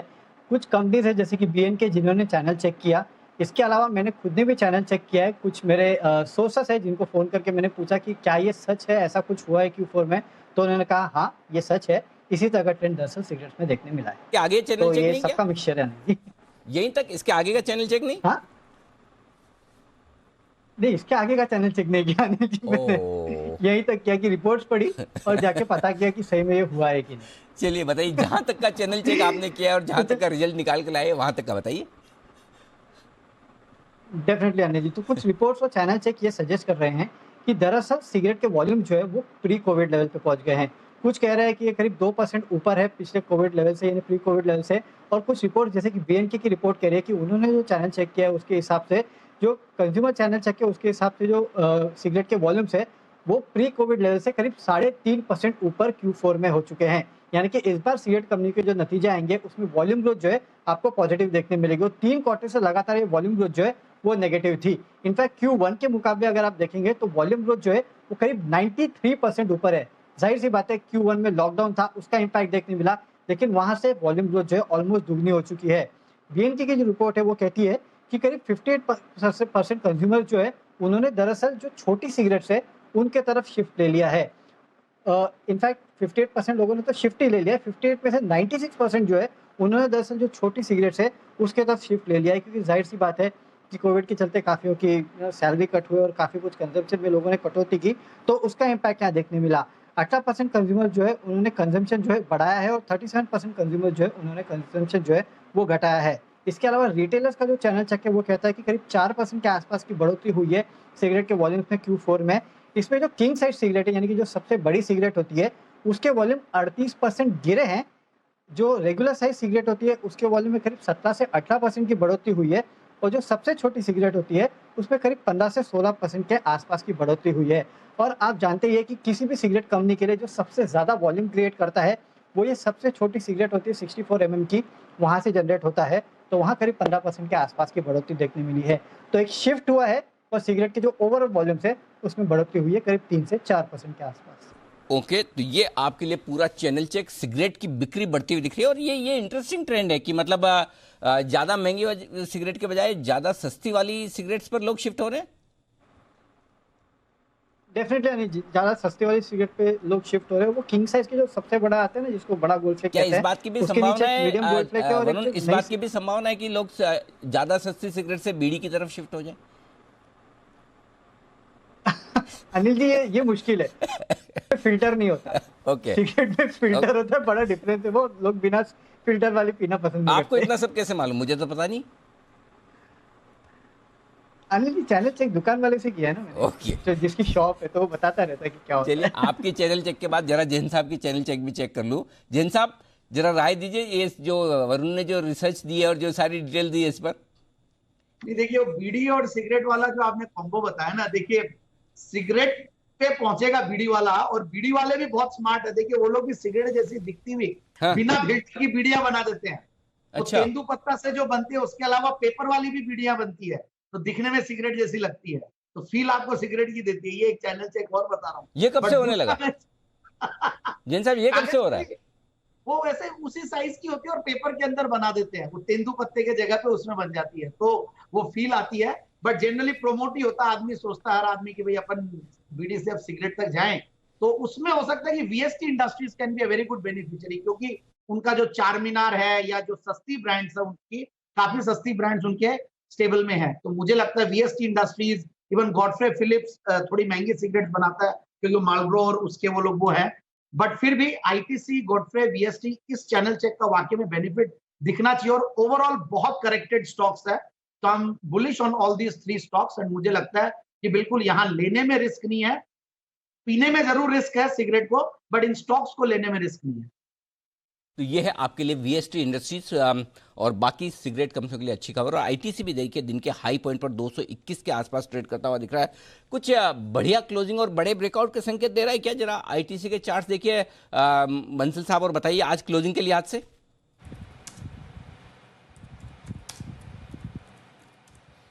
देखिए अनिल जी, आईटीसी के टेक्निकल स्ट्रक्चर बढ़िया है, बड़ा ब्रेकआउट तो नहीं बट चार्ट पैटर्न बढ़िया है, तभी सुबह इसको पिक ऑफ द डे में लिया था, तो क्लियरली होल्ड करना चाहिए। ऐसा लगता है अनिल जी कि ये स्टॉक सोम मंगल तक इजीली 225 227 तक चले जाएगा, तो बड़े ब्रेकआउट तो इसमें काफी ऊपरी स्तरों पे जाके आएंगे, बट पैटर्न बढ़िया है। 225 227 के टारगेट के लिए होल्ड रखना चाहिए।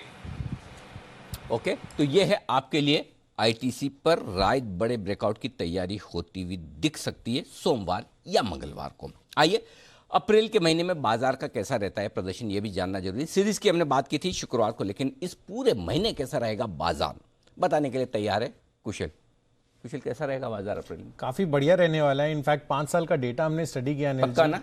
एकदम 100%। जिस तरह से स्टडी है, जो बैकग्राउंड चेक हमने किया है, जो बैक टेस्टिंग की है जितनी भी ईयर्स की, तो पिछले 5 सालों का डेटा हमने देखा है 2016 से 2020 तक। और यहाँ पर अगर आप देखें तो निफ्टी, साथ ही सेंसेक्स और निफ्टी ऑटो, इन तीनों इंडेक्स ने पिछले 5 सालों में जो है औसतन हर बारी जो है पॉजिटिव रिटर्न दिया है, तो इनके लिए ये इंडेक्सेस पे आपको नज़र रखनी चाहिए। इसके अलावा अगर आप देखें तो सभी इंडेक्स का औसत रिटर्न जो है वो अप्रैल महीने में पॉजिटिव रहा है। इनफैक्ट पिछले 5 सालों का डेटा जो है ये मैं आपके सामने रख रहा हूँ। यही नहीं, अगर आप देखें तो निफ्टी स्मॉल कैप और निफ्टी मिड कैप है, यहाँ पर 2020 में जो डेटा आया था वो करीब 13-14% की बढ़त हमें देखने को मिली है यहाँ पे, और निफ्टी 50 और बैंक निफ्टी भी ऑलमोस्ट उसी लेवल्स पर बढ़ते हुए नजर आए हैं 2020 में। पर उसके अगेंस्ट में अगर आप 2016 और 17 देखें, जहाँ पर निफ्टी करीब 1.5% बढ़ा है, उसके मुकाबले ऑलमोस्ट 3% से लेकर 6% की बढ़त आपको निफ्टी मिड कैप और स्मॉल कैप में देखने को मिली है। तो 2021 में हमें देखना होगा कि यहाँ पर मिड कैप और स्मॉल कैप की जो परफॉर्मेंस है वो 2016-17 वाली रिपीट होती है या नहीं। इसके साथ साथ अगर आप देखें तो तमाम सेक्टोरल इंडेक्सेस में निफ्टी फार्मा जो है, उन्होंने सबसे उस इंडेक्स ने सबसे ज़्यादा औसतन रिटर्न्स जो है पिछले 5 सालों में अप्रैल महीने में ये देते हुए नजर आए हैं। करीब 8% के रिटर्न्स इसने दिए हैं, और बहुत पीछे निफ्टी ऑटो भी नहीं है, 7.7% के रिटर्न यहाँ पर भी आते हुए नजर आए हैं। साथ ही अगर आप 2020 की बात करें तो यहाँ पर औसत के लेवल पे तो निफ्टी फार्मा लीड कर ही रहा था, पर 2020 में भी अप्रैल 2020 में करीब 30% के रिटर्न निफ्टी फार्मा ने दिए हैं। तो सेक्टोरल वाइज यहाँ पर 2020 में फार्मा इंडेक्स भी लीड करता हुआ नजर आया है। तो ओवरऑल फार्मा और ऑटो स्टार परफॉर्मेंस रहे हैं अप्रैल महीने में अगर हम देखें तो। ओके, तो ये है आपके अप्रैल के महीने में आईटी और फार्मा मजबूत रहते हैं। फार्मा और ऑटो, फार्मा और ऑटो तो चल गया आज ही, ऑटो चल गया। फार्मा में थोड़े दिनों 2-3 दिनों बाद कुणाल जी क्रांति ले आएंगे। बिल्कुल ठीक है, फार्मा और ऑटो, और कौन सा? और साथ ही ये मेटल भी तो चलता है 6%। मेटल भी चलता है सर, करीब 6% की बढ़त उसमें भी होती है। 6%? बिल्कुल कम नहीं होते हैं सर। तो चलिए, मेटल चल रहा है, ऑटो चल रहा है, और मिड कैप और स्मॉल कैप वहां पर भी नजर रखनी है। सुबह हमने कही ना, अप्रैल और मई 2 महीने खाली देखिए आप। ओके, अप्रैल और मई देखिए। सैंपल बताऊं? बताइए। इंडिया बुल्स रियल एस्टेट जरा दिखाइए। India bulls real estate, Tata, BSL, ये सारे एक ही दिन के सैंपल दिखा रहा हूँ, सबके दिखाऊंगा तो बहुत मतलब लंबी बात है। आज सुबह की पिक थी ना इंडिया बुल्स रियल एस्टेट, हमारे सुमित जी की पिक थी मेरे ख्याल से। देखो जरा, नज़र डालिए। सुमित जी ने बोला था इंडिया बुल्स रियल एस्टेट, देखिए दौड़ लगाते जा रहा है, जबरदस्त। टाटा, बीएसएल, सुमित जी दोनों आपकी के स्टॉक है ना ये? बिल्कुल अनिल जी, बिल्कुल एकदम सही याद है आपको। तो थोड़ा जोश से बोलो, ऐसे ठंडे ठंडे क्या बोल रहे हो? आपके स्टॉक भाग रहे हैं, जोश मुझ में आ रहा है, आप में नहीं आ रहा। क्योंकि अनिल जी मैं एक बार बिगुल का वेट कर रहा हूँ कॉल देने के लिए। अरे तो बिगुल पहले ही, बिगुल सुमित जी का सुपर हिट।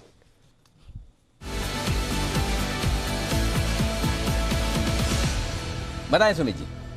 बिल्कुल अनिल जी, ये सब स्टॉक एक एक करके चल रहे हैं, और अब जो स्टॉक मेरे पास रडार पे आया है वो भी चलना चाहिए, क्योंकि फाइनेंशियल स्टॉक्स में एक एक करके तेजी देखने को मिल रही है। यहाँ पे जो स्टॉक बढ़िया दिख रहा है वो है एल&टी फाइनेंस, LNTFH, 98.90 99 का अभी भाव चल रहा है। एल&टी फाइनेंस में पिछले कुछ दिनों की गिरावट के बाद स्टॉक के अंदर अब बाइंग मोमेंटम बिल्डअप हुआ है। स्टॉक पिछले 3 दिनों के हाई ब्रेक कर रहा है, और स्टॉक के अंदर अब यहां से एक अच्छा अपसाइड मूव देखने को मिलना चाहिए। 100 का साइकोलॉजिकल लेवल जैसे एल&टी फाइनेंस क्रॉस करेगा, 102.50 और 106 रुपए, ये 2 टारगेट्स को ध्यान में रखते हुए एल&टी फाइनेंस को यहाँ पे सीएमपी पे खरीदारी करें।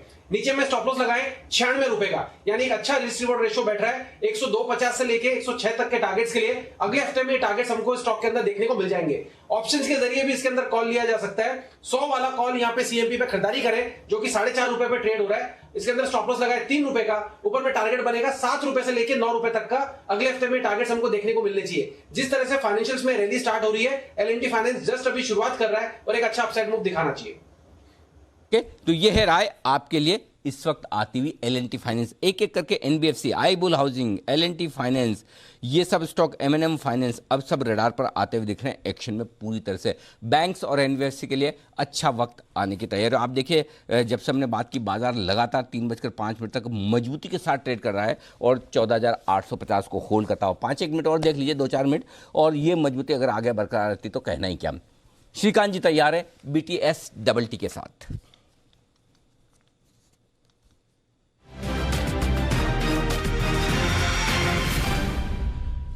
बताएं श्रीकांत जी, क्या खरीदेंगे? अनिल जी, वैसे काफ़ी सारे स्टॉक्स ब्रेकआउट में आ रहे हैं और ये काफ़ी दिनों के बाद हमें देखने मिल रहा है। इनफैक्ट मार्केट ने जब से करेक्शन शुरू किया था 15,400 से, उसके बाद जो लगातार करेक्शन हुआ था उसके बाद फर्स्ट टाइम ऐसा फॉर्मेशन बन रहा है कि जहाँ पे मल्टीपल स्टॉक्स में ब्रेकआउट एक साथ बन रहा है। और मार्केट का करेक्शन भी वैसे 14,250 14,300 के करीब हुआ है एज पर करेक्टिव पैटर्न। तो हमें लगता है कि शायद ये मार्केट वापस एक बार उसकी जो अपवर्ड रेंज है 15,300-350 के करीब जा सकता है। और मेटल्स कमोडिटीज़ में तो अच्छी तेज़ी बनी है। हमें लगता है कि एनर्जी स्टॉक्स में भी तेज़ी बन सकती है। वहाँ पे ONGC, गेल तो परफॉर्म कर रहे हैं।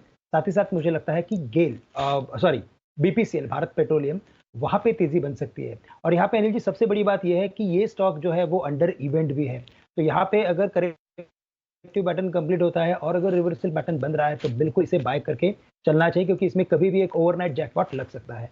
तो BPCL जो है वो करंट लेवल से बाय करें 435-36 के करीब। यहाँ पे जो हमें स्टॉप लॉस रखना है वो हम रखेंगे तकरीबन 420 का। थोड़ा मैं बड़ा स्टॉप लॉस दे रहा हूँ अनिल जी, क्योंकि ये स्टॉक वॉलेटाइल है, लेकिन हमें लगता है कि ये स्टॉक वापस एक बार 460 या 465 के लेवल्स दिखा सकता है। तो BPCL को एक पोजिशनल बेसिस पे बाय किया जा सकता है करंट लेवल से। 465 तक के टारगेट के लिए BPCL में खरीदारी करने की राय है आपके लिए। ये आती हुई श्रीकांत जी की तरफ से, और स्टॉप लॉस 420 पर लगाना आपके लिए ठीक रहेगा। आइए, बिगुल तैयार है पहले जय ठक्कर के लिए और कैश का ऑप्शन, और उसके बाद कुणाल जी राकेश जी भी देंगे अपनी पिक। तो जय के लिए बिगुल।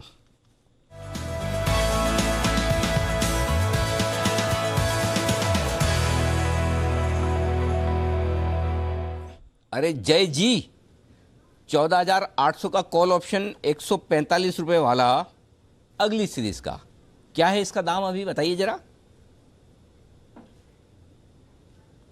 बिल्कुल अनिल जी, इसके तो इनफैक्ट हमारे जो टारगेट्स थे वो हासिल हो चुके हैं, और अगली 8 अप्रैल की जो एक्सपायरी का हमने दिया था, और अभी अगर करंट रेट अगर मैं देखता हूँ अनिल जी तो ये है करीब 188 के आसपास अनिल जी अभी, और 197 का ऑलमोस्ट हाई किया है इसने, टारगेट दिया 197 पहुंच गया, 205 का इनफैक्ट एनर्जी हाई किया इसने, बिल्कुल हासिल हो चुके हैं। तो दोनों ही टारगेट 181 और 200 के, जय के सुबह के टारगेट 14,800 के।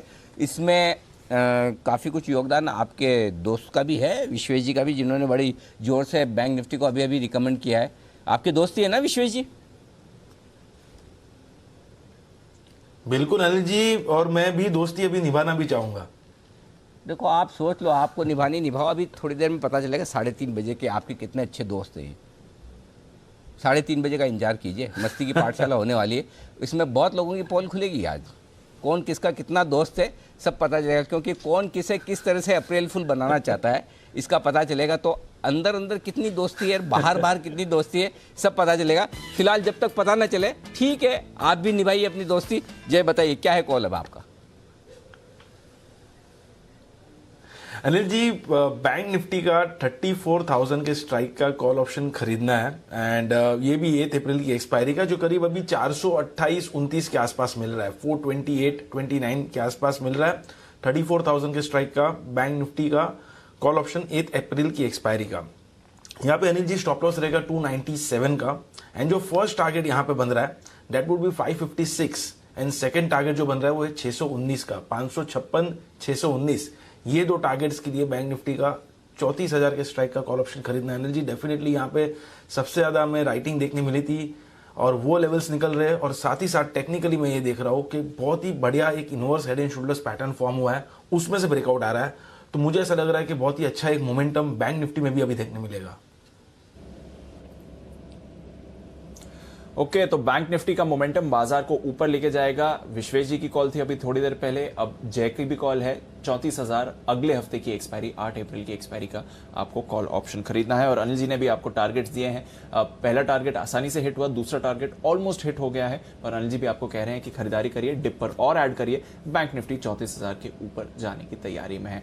नजर रखिए बैंक निफ्टी पर, नजर रखिए एक कॉल जो आ रही है राकेश जी कुणाल जी की तरफ से बिगुल चार्ट कॉर्नर का।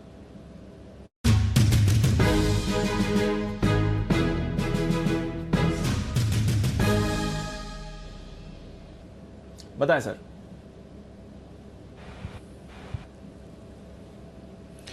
देखिए दीपांशु, अभी मैंने और राकेश जी ने एमएमटीसी पर खरीदारी की राय दी, और अब हमारी खरीदारी की राय है BEML पर, जिस स्टॉक पर मैं और राकेश जी लगातार निचले स्तरों पर खरीदारी की राय देते आए हैं।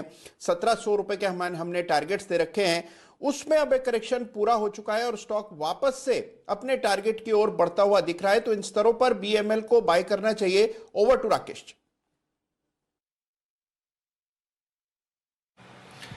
दीपांशु, बेहतरीन टेक्निकल स्ट्रक्चर है, नीचे में एक बॉटम बन रहा है 1295, 1295 का स्टॉप लॉस लगाना है। 1364, 1364 पहला टारगेट है, 1382 दूसरा टारगेट है, और BEML है हमारा स्टॉक पिक। बिल्कुल BEML पर रखनी है नजर। यहाँ पर विनिवेश प्रक्रिया अब नया वित्त वर्ष शुरू हो गया है और इसी साल डाइवेस्टमेंट होने की पूरी संभावना है। मैनेजमेंट जब हमारे साथ न्यूज़ पर व्यूज में मिली थी तो उन्होंने कहा भी था और बड़े टारगेट्स हैं। अनिल जी ने भी लगातार इस स्टॉक पर भरोसा जताया है। नजर रखिए BEML बढ़िया तेजी में आता हुआ आपको दिख रहा है। ये तो बहुत ही BEML one more divestment story जो इस साल फोकस में रहेगी। बिल्कुल दीप, और ये तो मतलब गजब कुणाल जी राकेश जी ने स्पेशली 1000 रुपए के आसपास 1700 के बड़े टारगेट के लिए आइडेंटिफाई किया और 1550 तक पहुंचा भी। लेकिन चूंकि आज नया साल है फाइनेंशियल ईयर का, दीप एक ITC मैंने दिए डे हाई पर ट्रेड करता हुआ दिख रहा है। एक स्टॉक और मेरे रडार पे आ रहा है जो भी मैं आपको दूंगा,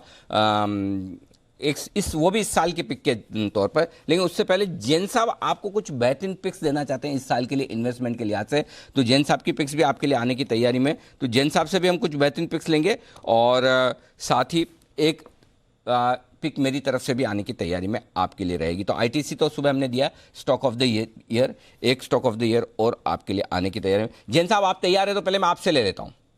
बिल्कुल बिल्कुल अनिल जी, 2021 2021 और 21-22 का फाइनेंशियल ईयर शुरू हुआ है, तो मैं 5 पिक्स देना चाह रहा हूं और 2+2+1 हो गया बेसिकली।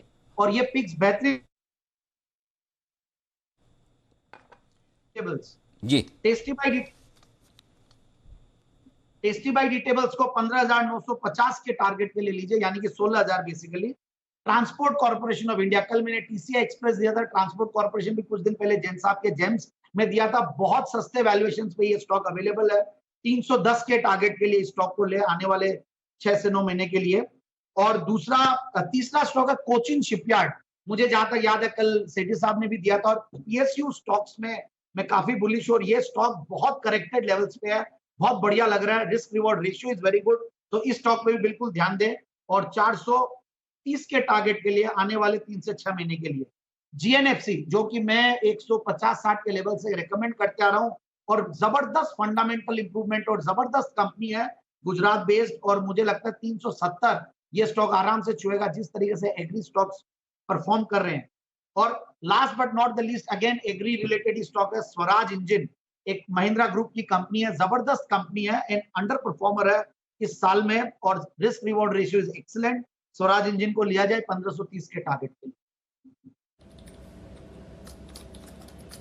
ओके, तो बेहतरीन पिक्स जैन साहब की तरफ से आती हुई दिख रही हैं। Swaraj engines, GNFC, Cochin shipyard. नजर रखिए इस काउंटर पर, आगे आपको अच्छी गेन्स दिखा सकती हैं। वित्त वर्ष 2022 की ये पिक्स हैं। पर आइए, अनिल जी ने एक तो आपको बढ़िया पिक ऑफ द ईयर दे दी है ITC, दूसरा स्टॉक ऑफ द ईयर कौन सा है अनिल जी की तरफ से, उसके लिए बिगुल।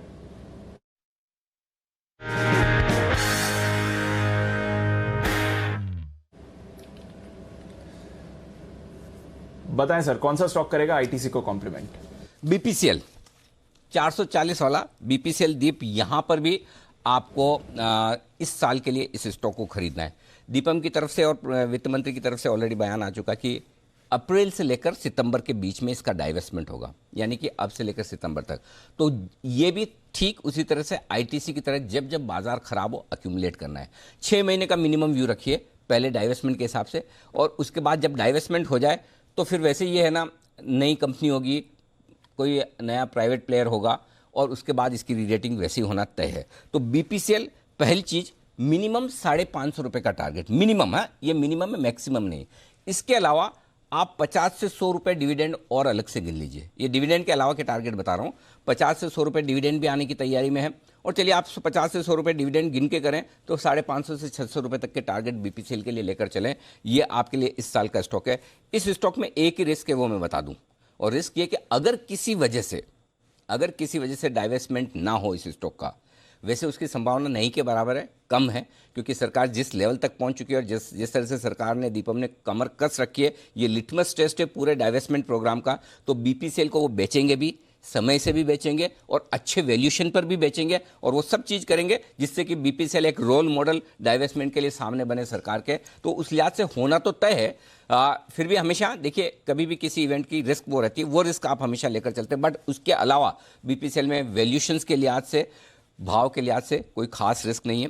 यहाँ पर आप खरीदिए, 420 रुपये का स्टॉप लॉस रखिए, जो अभी श्रीकांत जी ने कहा है। छोटे टारगेट ट्रेडिंग के लिहाज से मैं आपको दे दूँ 449, 455 और 465, ये 3 टारगेट आप रखिए छोटे टारगेट ट्रेडिंग के लिहाज से 449, 455, 465 और बड़े टारगेट जो रखने हैं आपको नहीं, 450 का छोटा वाला तो हटा दीजिए, बड़ा टारगेट जो है इन्वेस्टमेंट के लिहाज से 550 से 600 रुपए तक का रखना है। 600 रुपए में आपका डिविडेंड भी आ गया, 50 से 100 रुपए का जितना मिल जाए, और ये भी है। तो आराम से इसको इन्वेस्टमेंट ट्रेडिंग के लिहाज से मत सोचिए, इन्वेस्टमेंट के लिहाज से लेकर शांति से बैठ जाइए।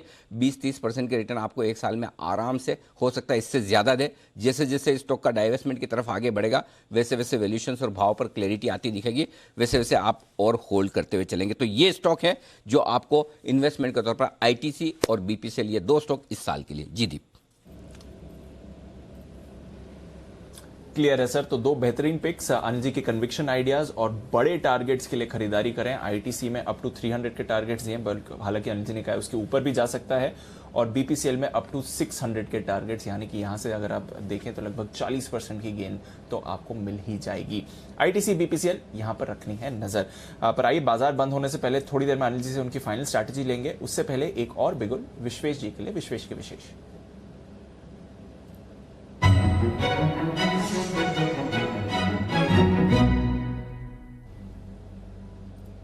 बताएं विश्वेश जी। देखिए दीपांशु, जब शो शुरू हुआ था 33,550-600 के आसपास हमने बैंक निफ्टी को रिकमेंड किया था। अभी ऑलमोस्ट 34 आ गया है। मुझे ऐसा लग रहा है जो बैंक निफ्टी में अगला सपोर्ट आएगा वो आएगा आईसीआईसीआई बैंक की ओर से। तो आईसीआईसीआई बैंक करंट लेवल पे बहुत ही अच्छा लग रहा है। मुझे लगता है आईसीआईसीआई बैंक का लॉन्ग वीकेंड है, फिर भी मुझे लगता है कि 600 का कॉल ऑप्शन जो 19 रुपये के आसपास चल रहा है वो खरीदना चाहिए। जस्ट एक्सपायरी स्टार्ट हुई है, बहुत लंबी एक्सपायरी है, आपके पास जो टाइम वैल्यू है वो काफ़ी कम है। लेकिन जिस हिसाब से inverted head and shoulder breakout है बैंक निफ्टी में, अगर साथ देना है तो आईसीआईसीआई बैंक को चलना ही चाहिए। तो आईसीआईसीआई बैंक का 600 स्ट्राइक का कॉल ऑप्शन 19 रुपये के आसपास खरीदे, 14 रुपये का स्टॉप लॉस रखे, और जिस हिसाब से मूवमेंट है मुझे लग रहा है यहाँ पे 25, 30 और 33 ये 3 टारगेट के लिए आईसीआईसीआई बैंक का 600 का कॉल ऑप्शन कैरी करना है। ऑप्शन आईसीआईसीआई बैंक का खरीदें आप, और लगाएं आप स्टॉप लॉस 14 रुपये पर, जो जिसकी जरूरत पड़ेगी नहीं। 25, 30, 33 3 टारगेट आपके लिए विश्वेश जी की तरफ से। सुमित का सुपर हिट।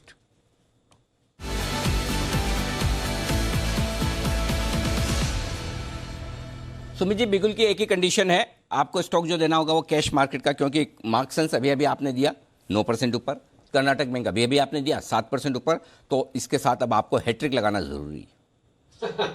बिल्कुल बिल्कुल अनिल जी, कैश वाला स्टॉक ही है कोइंसिडेंटली। और जो आपकी पहली वाली बात अधूरी रह गई थी, Tata steel, BSL, SAIL, India bull real estate, Marksans, KTK bank, सारे स्टॉक 5%, 7%, 8%, 10% ऐसा अपसाइड मूव दिखा रहे हैं। तो कोइंसिडेंटली ये जो बिगुल बजा है उसके अंदर कैश वाला स्टॉक ही है। स्टॉक का नाम जैसे ये बाकी स्टॉक चले वैसे ही चलेगा अनिल जी, ये स्टॉक भी। स्टॉक का भाव चल रहा है 57 रुपए 80 पैसे। स्टॉक का नाम है जीएमडीसी लिमिटेड, जीएमडीसी लिमिटेड। ये स्टॉक के अंदर पिछले 10 से 15 दिनों की गिरावट के बाद आज स्टॉक में एक स्ट्रॉन्ग कैंडल फॉर्म हो रही है। वॉल्यूम्स के साथ प्राइस एक्शन देखने को मिल रहा है, लोअर लेवल से एक रिकवरी आई है। तो मेरे को लग रहा है कि अब ये स्टॉक यहां से चलना चाहिए। स्टॉक के अंदर यहां पे सीएमपी पे खरीदारी करें। रिस्क रिवॉर्ड रेशियो और स्टॉप लॉस यहां पे बहुत बढ़िया बैठ रहा है। नीचे में जो स्टॉप लॉस बनेगा चार्ट्स के हिसाब से 55 रुपए का है। 55 के स्टॉप लॉस से जीएमडीसी में यहां पे सीएमपी पे खरीदारी करें, जिसमें ऊपर में इमीडिएट पहला टारगेट बनेगा 62 रुपए का, और वो लेवल निकलने पे दूसरा टारगेट बनेगा 65 रुपए का, जो कि मेरे को लगता है नेक्स्ट वीक तक हमको देखने को मिल सकता है। खरीदारी करें 55 के स्टॉप लॉस से 62 से 65 के टारगेट से। 62 से 65 मालामाल वीकली का ये स्टॉक फंडामेंटली शानदार, मजबूत, अपनी बुक वैल्यू से लगभग आधे के आसपास ट्रेड करता हुआ, 100 रुपए से ज्यादा की बुक वैल्यू, जबरदस्त वैल्यू। सरकारी कंपनी है, धीमे धीमे बढ़ती है, लेकर शांति से बैठे रहेंगे, पैसा बनेगा। और जब चार्ट पर आ जाए सुमित जी के तो फिर बढ़ने की स्पीड भी बढ़ जाती है। जय का jackpot.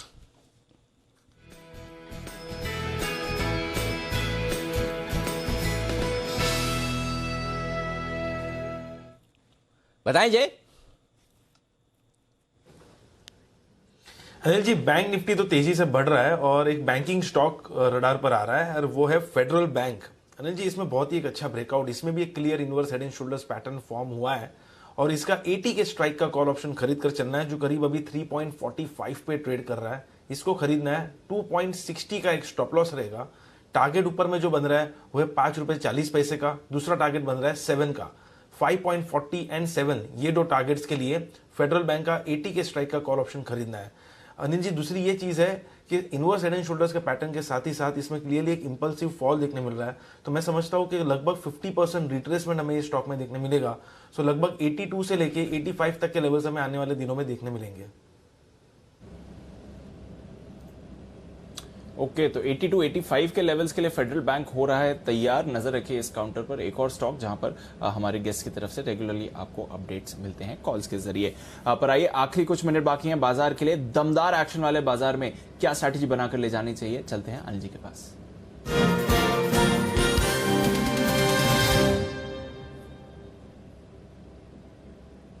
Anil ji, global markets का मूड माहौल ठीक है। डाउ फ्यूचर्स में कुछ बदलाव नहीं है, हल्के पॉजिटिव है। नैस्डैक फ्यूचर्स 1% ऊपर है। यूएस की 10 ईयर्स की बॉन्ड यील्ड थोड़ी कूल ऑफ हुई है। यूरोप के बाजार आधा % की तेजी में है और कच्चे तेल में भी एक्शन दिख रहा है आज ओपेक की बैठक से पहले। और इस बीच सर, आपका जो बैंक निफ्टी का दूसरा टारगेट था 33,900 का, वो भी स्क्रीन पर अभी अभी हिट होते हुए दिख रहा है। 33,900 पर बैंक निफ्टी, बताएं क्या करके जाना चाहिए? बिल्कुल दीप, 33,850 और 33,950 75 दोनों टारगेट आ गए। तो अगर आप डे ट्रेडर हैं तो जो डे हाई पर जिन लेवल्स पर हैं आप प्रॉफिट बुक करके शांति से 3 दिन लाइफ एंजॉय कर सकते हैं। मंडे को तरोताजा होकर एकदम fit and fine fresh mood से आइए और कीजिए। और अगर आपकी रिस्क लेने की ताकत है और आपकी माइंड सेट भी ऐसी कि अगर पोजीशन ना हो तो वीकेंड और छुट्टी के दिन, वीकेंड पर आप क्या करूं क्या ना करूं, इस उधेड़-बुन में रहते हैं। कुछ ना कुछ तो होना चाहिए। कुछ लोगों का ऐसा होता है कि ना पोजीशन हो तो उनको मन ही नहीं लगता कि क्या है, तो ताकि सोचते रहें, डाउ वाउ ट्रैक करते रहें छुट्टी के दिन भी। तो आप अपनी पोजीशन को होल्ड करें। सिर्फ आपको सिंपल एक ही चीज़ करनी है, चूंकि लंबा वीकेंड है, थोड़ी सी हेजिंग कर लें। और हेजिंग करने के लिए तरीका यह है कि 14,700 का निफ्टी का कॉल ऑप्शन खरीद लीजिए, 33,500 का बैंक निफ्टी का 14,700 का पुट ऑप्शन ले लीजिए और बैंक निफ्टी पर 33,500 का पुट ऑप्शन खरीद लीजिए। बहुत ज़्यादा प्रीमियम होगी नहीं, तो वहाँ पर अगर आप लेकर रख लेंगे तो आपकी एक तरह से हेजिंग हो जाएगी। तेजी की पोजीशन को बरकरार रख सकते हैं। रिस्क लेने की ताकत कम है, डे ट्रेडर हैं तो ये बहुत बढ़िया लेवल है। बिल्कुल एग्जैक्टली उन्हीं लेवल पर बाजार बंद हो रहे हैं जहाँ से आपने वापस से करेक्शन देखा था। और परसों का हाई भी 14,875 के आसपास का था, आज भी 14,883 का है। परसों का हाई बैंक निफ्टी पर 33,990 का था, आज का हाई 33,950 के आसपास का। तो टारगेट हासिल हो चुके हैं। डे ट्रेडर्स प्रॉफिट बुक कर ले। रिस्क लेने की इच्छा नहीं है, ताकत नहीं है और वीकेंड को एंजॉय करना चाहते हैं, बुक कर लें। स्टॉक्स में समस्या कम है, स्टॉक्स की पोजीशन में बने रहें। इंडेक्स में आप अपनी रिस्क के हिसाब से अगर पोजीशन लेकर जा रहे हैं तो हेज जरूर कर लें ऑप्शंस के जरिए। जी दीप, क्लियर है सर। तो पोजीशन लेकर अगर जा रहे हैं तो हेज जरूर करना है ऑप्शंस के जरिए। बट मूवमेंट भरपूर है आज के बाजार में और एक्शन क्लोजिंग की तरफ दमदार बनते हुए दिखा है। इस बीच कुछ और स्टॉक्स जो रुकने का नाम नहीं ले रहे हैं। आज सुबह सचिन जी हैप्पीएस्ट माइंड्स बोल के गए थे, अभी अभी कुशल अपडेट कर रहे हैं हैप्पीएस्ट माइंड्स 13% ऊपर आते हुए दिख रहा है। तो जो सचिन जी के सुबह के टारगेट्स है वो तो हिट होते हुए दिख रहे हैं, पहला वाला। पर उसके अलावा स्टॉक रुकने का नाम नहीं ले रहा है और जबरदस्त तेजी में है इस समय। श्रीकांत जी, जरा चार्ट्स देखें हैप्पीएस्ट माइंड्स के, क्या चल रहा है इस काउंटर में?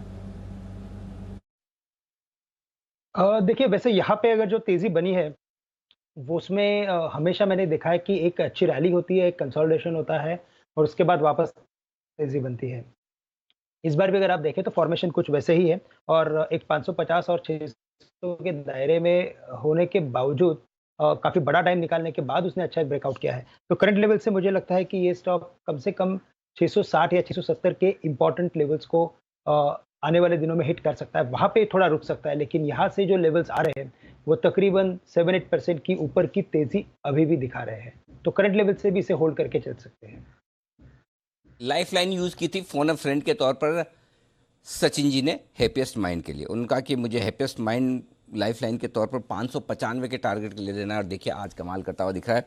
आज फिर से दूसरी बार लाइफ लाइन यूज़ की। डी मार्ट तो श्रीकांत जी का था, सॉरी। एसबीआई और रैमको सीमेंट, ये 2 स्टॉक और है सचिन जी ने दिए। तो सचिन जी ने भी अपने अधिकारों का भरपूर प्रयोग करते हुए बेहतरीन कॉल्स हैप्पीएस्ट माइंड के तौर पर दी। स्टॉक जबरदस्त दौड़ लगाता हुआ, बढ़िया तेजी दिखाता हुआ आज के सेशन में। बचे हुए 5 मिनट में बहुत कुछ एक्शन होने की तैयारी में। कैश के स्टॉक देखिए गजब का एक्शन दिखा रहे हैं आज, मतलब भरपूर तेजी होती दिख रही है और डे हाई पर बाजार बंद होने की तैयारी में करते दिख रहे हैं। नेल्को गजब, क्या कॉल सुमित जी, आ गया आपका 60 रुपए का टारगेट पहले दिन। अब क्या करें अनिल जी? अभी तो होल्ड करें। मेटल्स में पिक्चर अभी बाकी है। सेल में सेल नहीं करना है, नेल्को में होल्ड करना है। इन स्टॉक्स में अभी और ऊपर का मूव देखने को मिलेगा। मार्केट्स अगर अगले हफ्ते और ऊपर का मूव दिखाए तो ये स्टॉक 100% और ऊपर का मूव दिखाएंगे।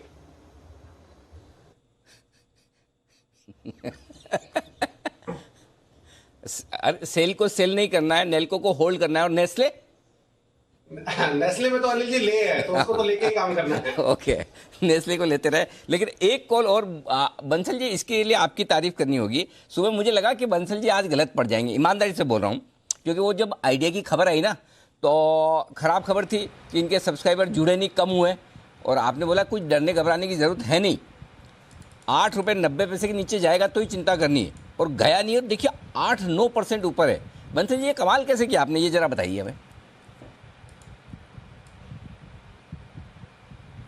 नहीं अनिल जी, मैंने कोई कमाल नहीं करा अनिल जी, चार्ट्स पढ़े थे और जो एग्जैक्ट सपोर्ट था वही दिया था। अगर ये प्रश्न आपने कुणाल जी या सुमित किसी और को दिया होता तो सब नीचे का सपोर्ट ही बताते।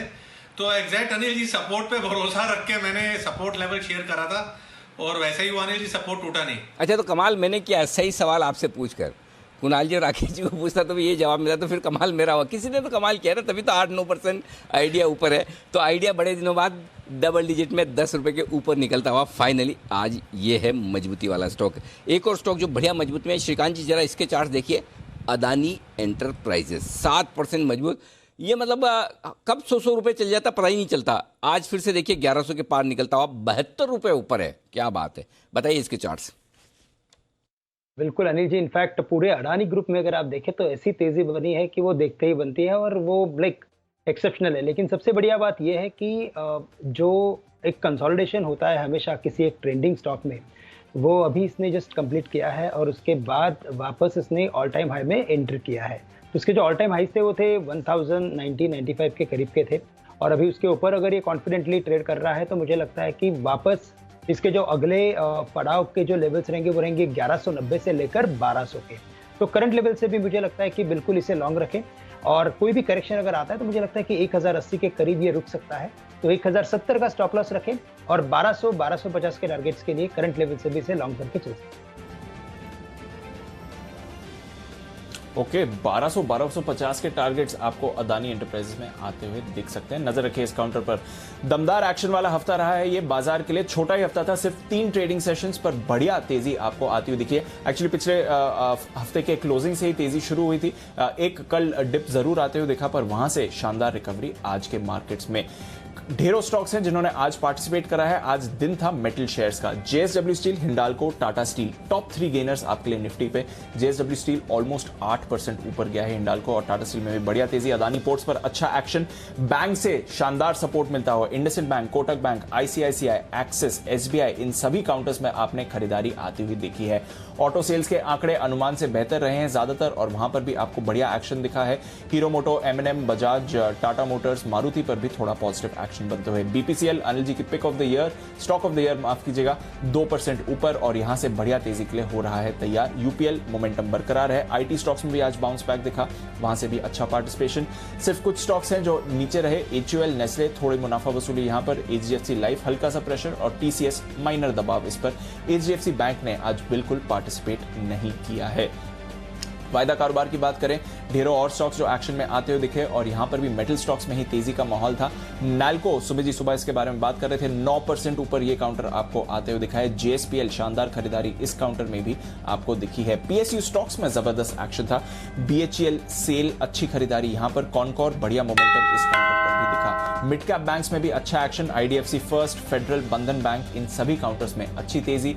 और मिश्र धातु आज शानदार रिबाउंड, इस काउंटर में भी 8% ऊपर। हैप्पीएस्ट माइंड्स एक और स्टॉक जहां पर अच्छा एक्शन दिखा, 13% की तेजी इस काउंटर पर आती हुई दिखी। तो अनिल जी शॉर्ट वीक ही रहा पर बेहतरीन एक्शन वाला। 33,900 पर निफ्टी बैंक की प्रोविजनल क्लोजिंग 600 पॉइंट्स ऊपर और 14,864 पर निफ्टी की प्रोविजनल क्लोजिंग 250 पॉइंट्स ऊपर। सर बेहतरीन क्लोजिंग मिलती हुई बाजार में और वो भी वीकेंड वाली क्लोजिंग तो काफी अच्छी मानी जाएगी।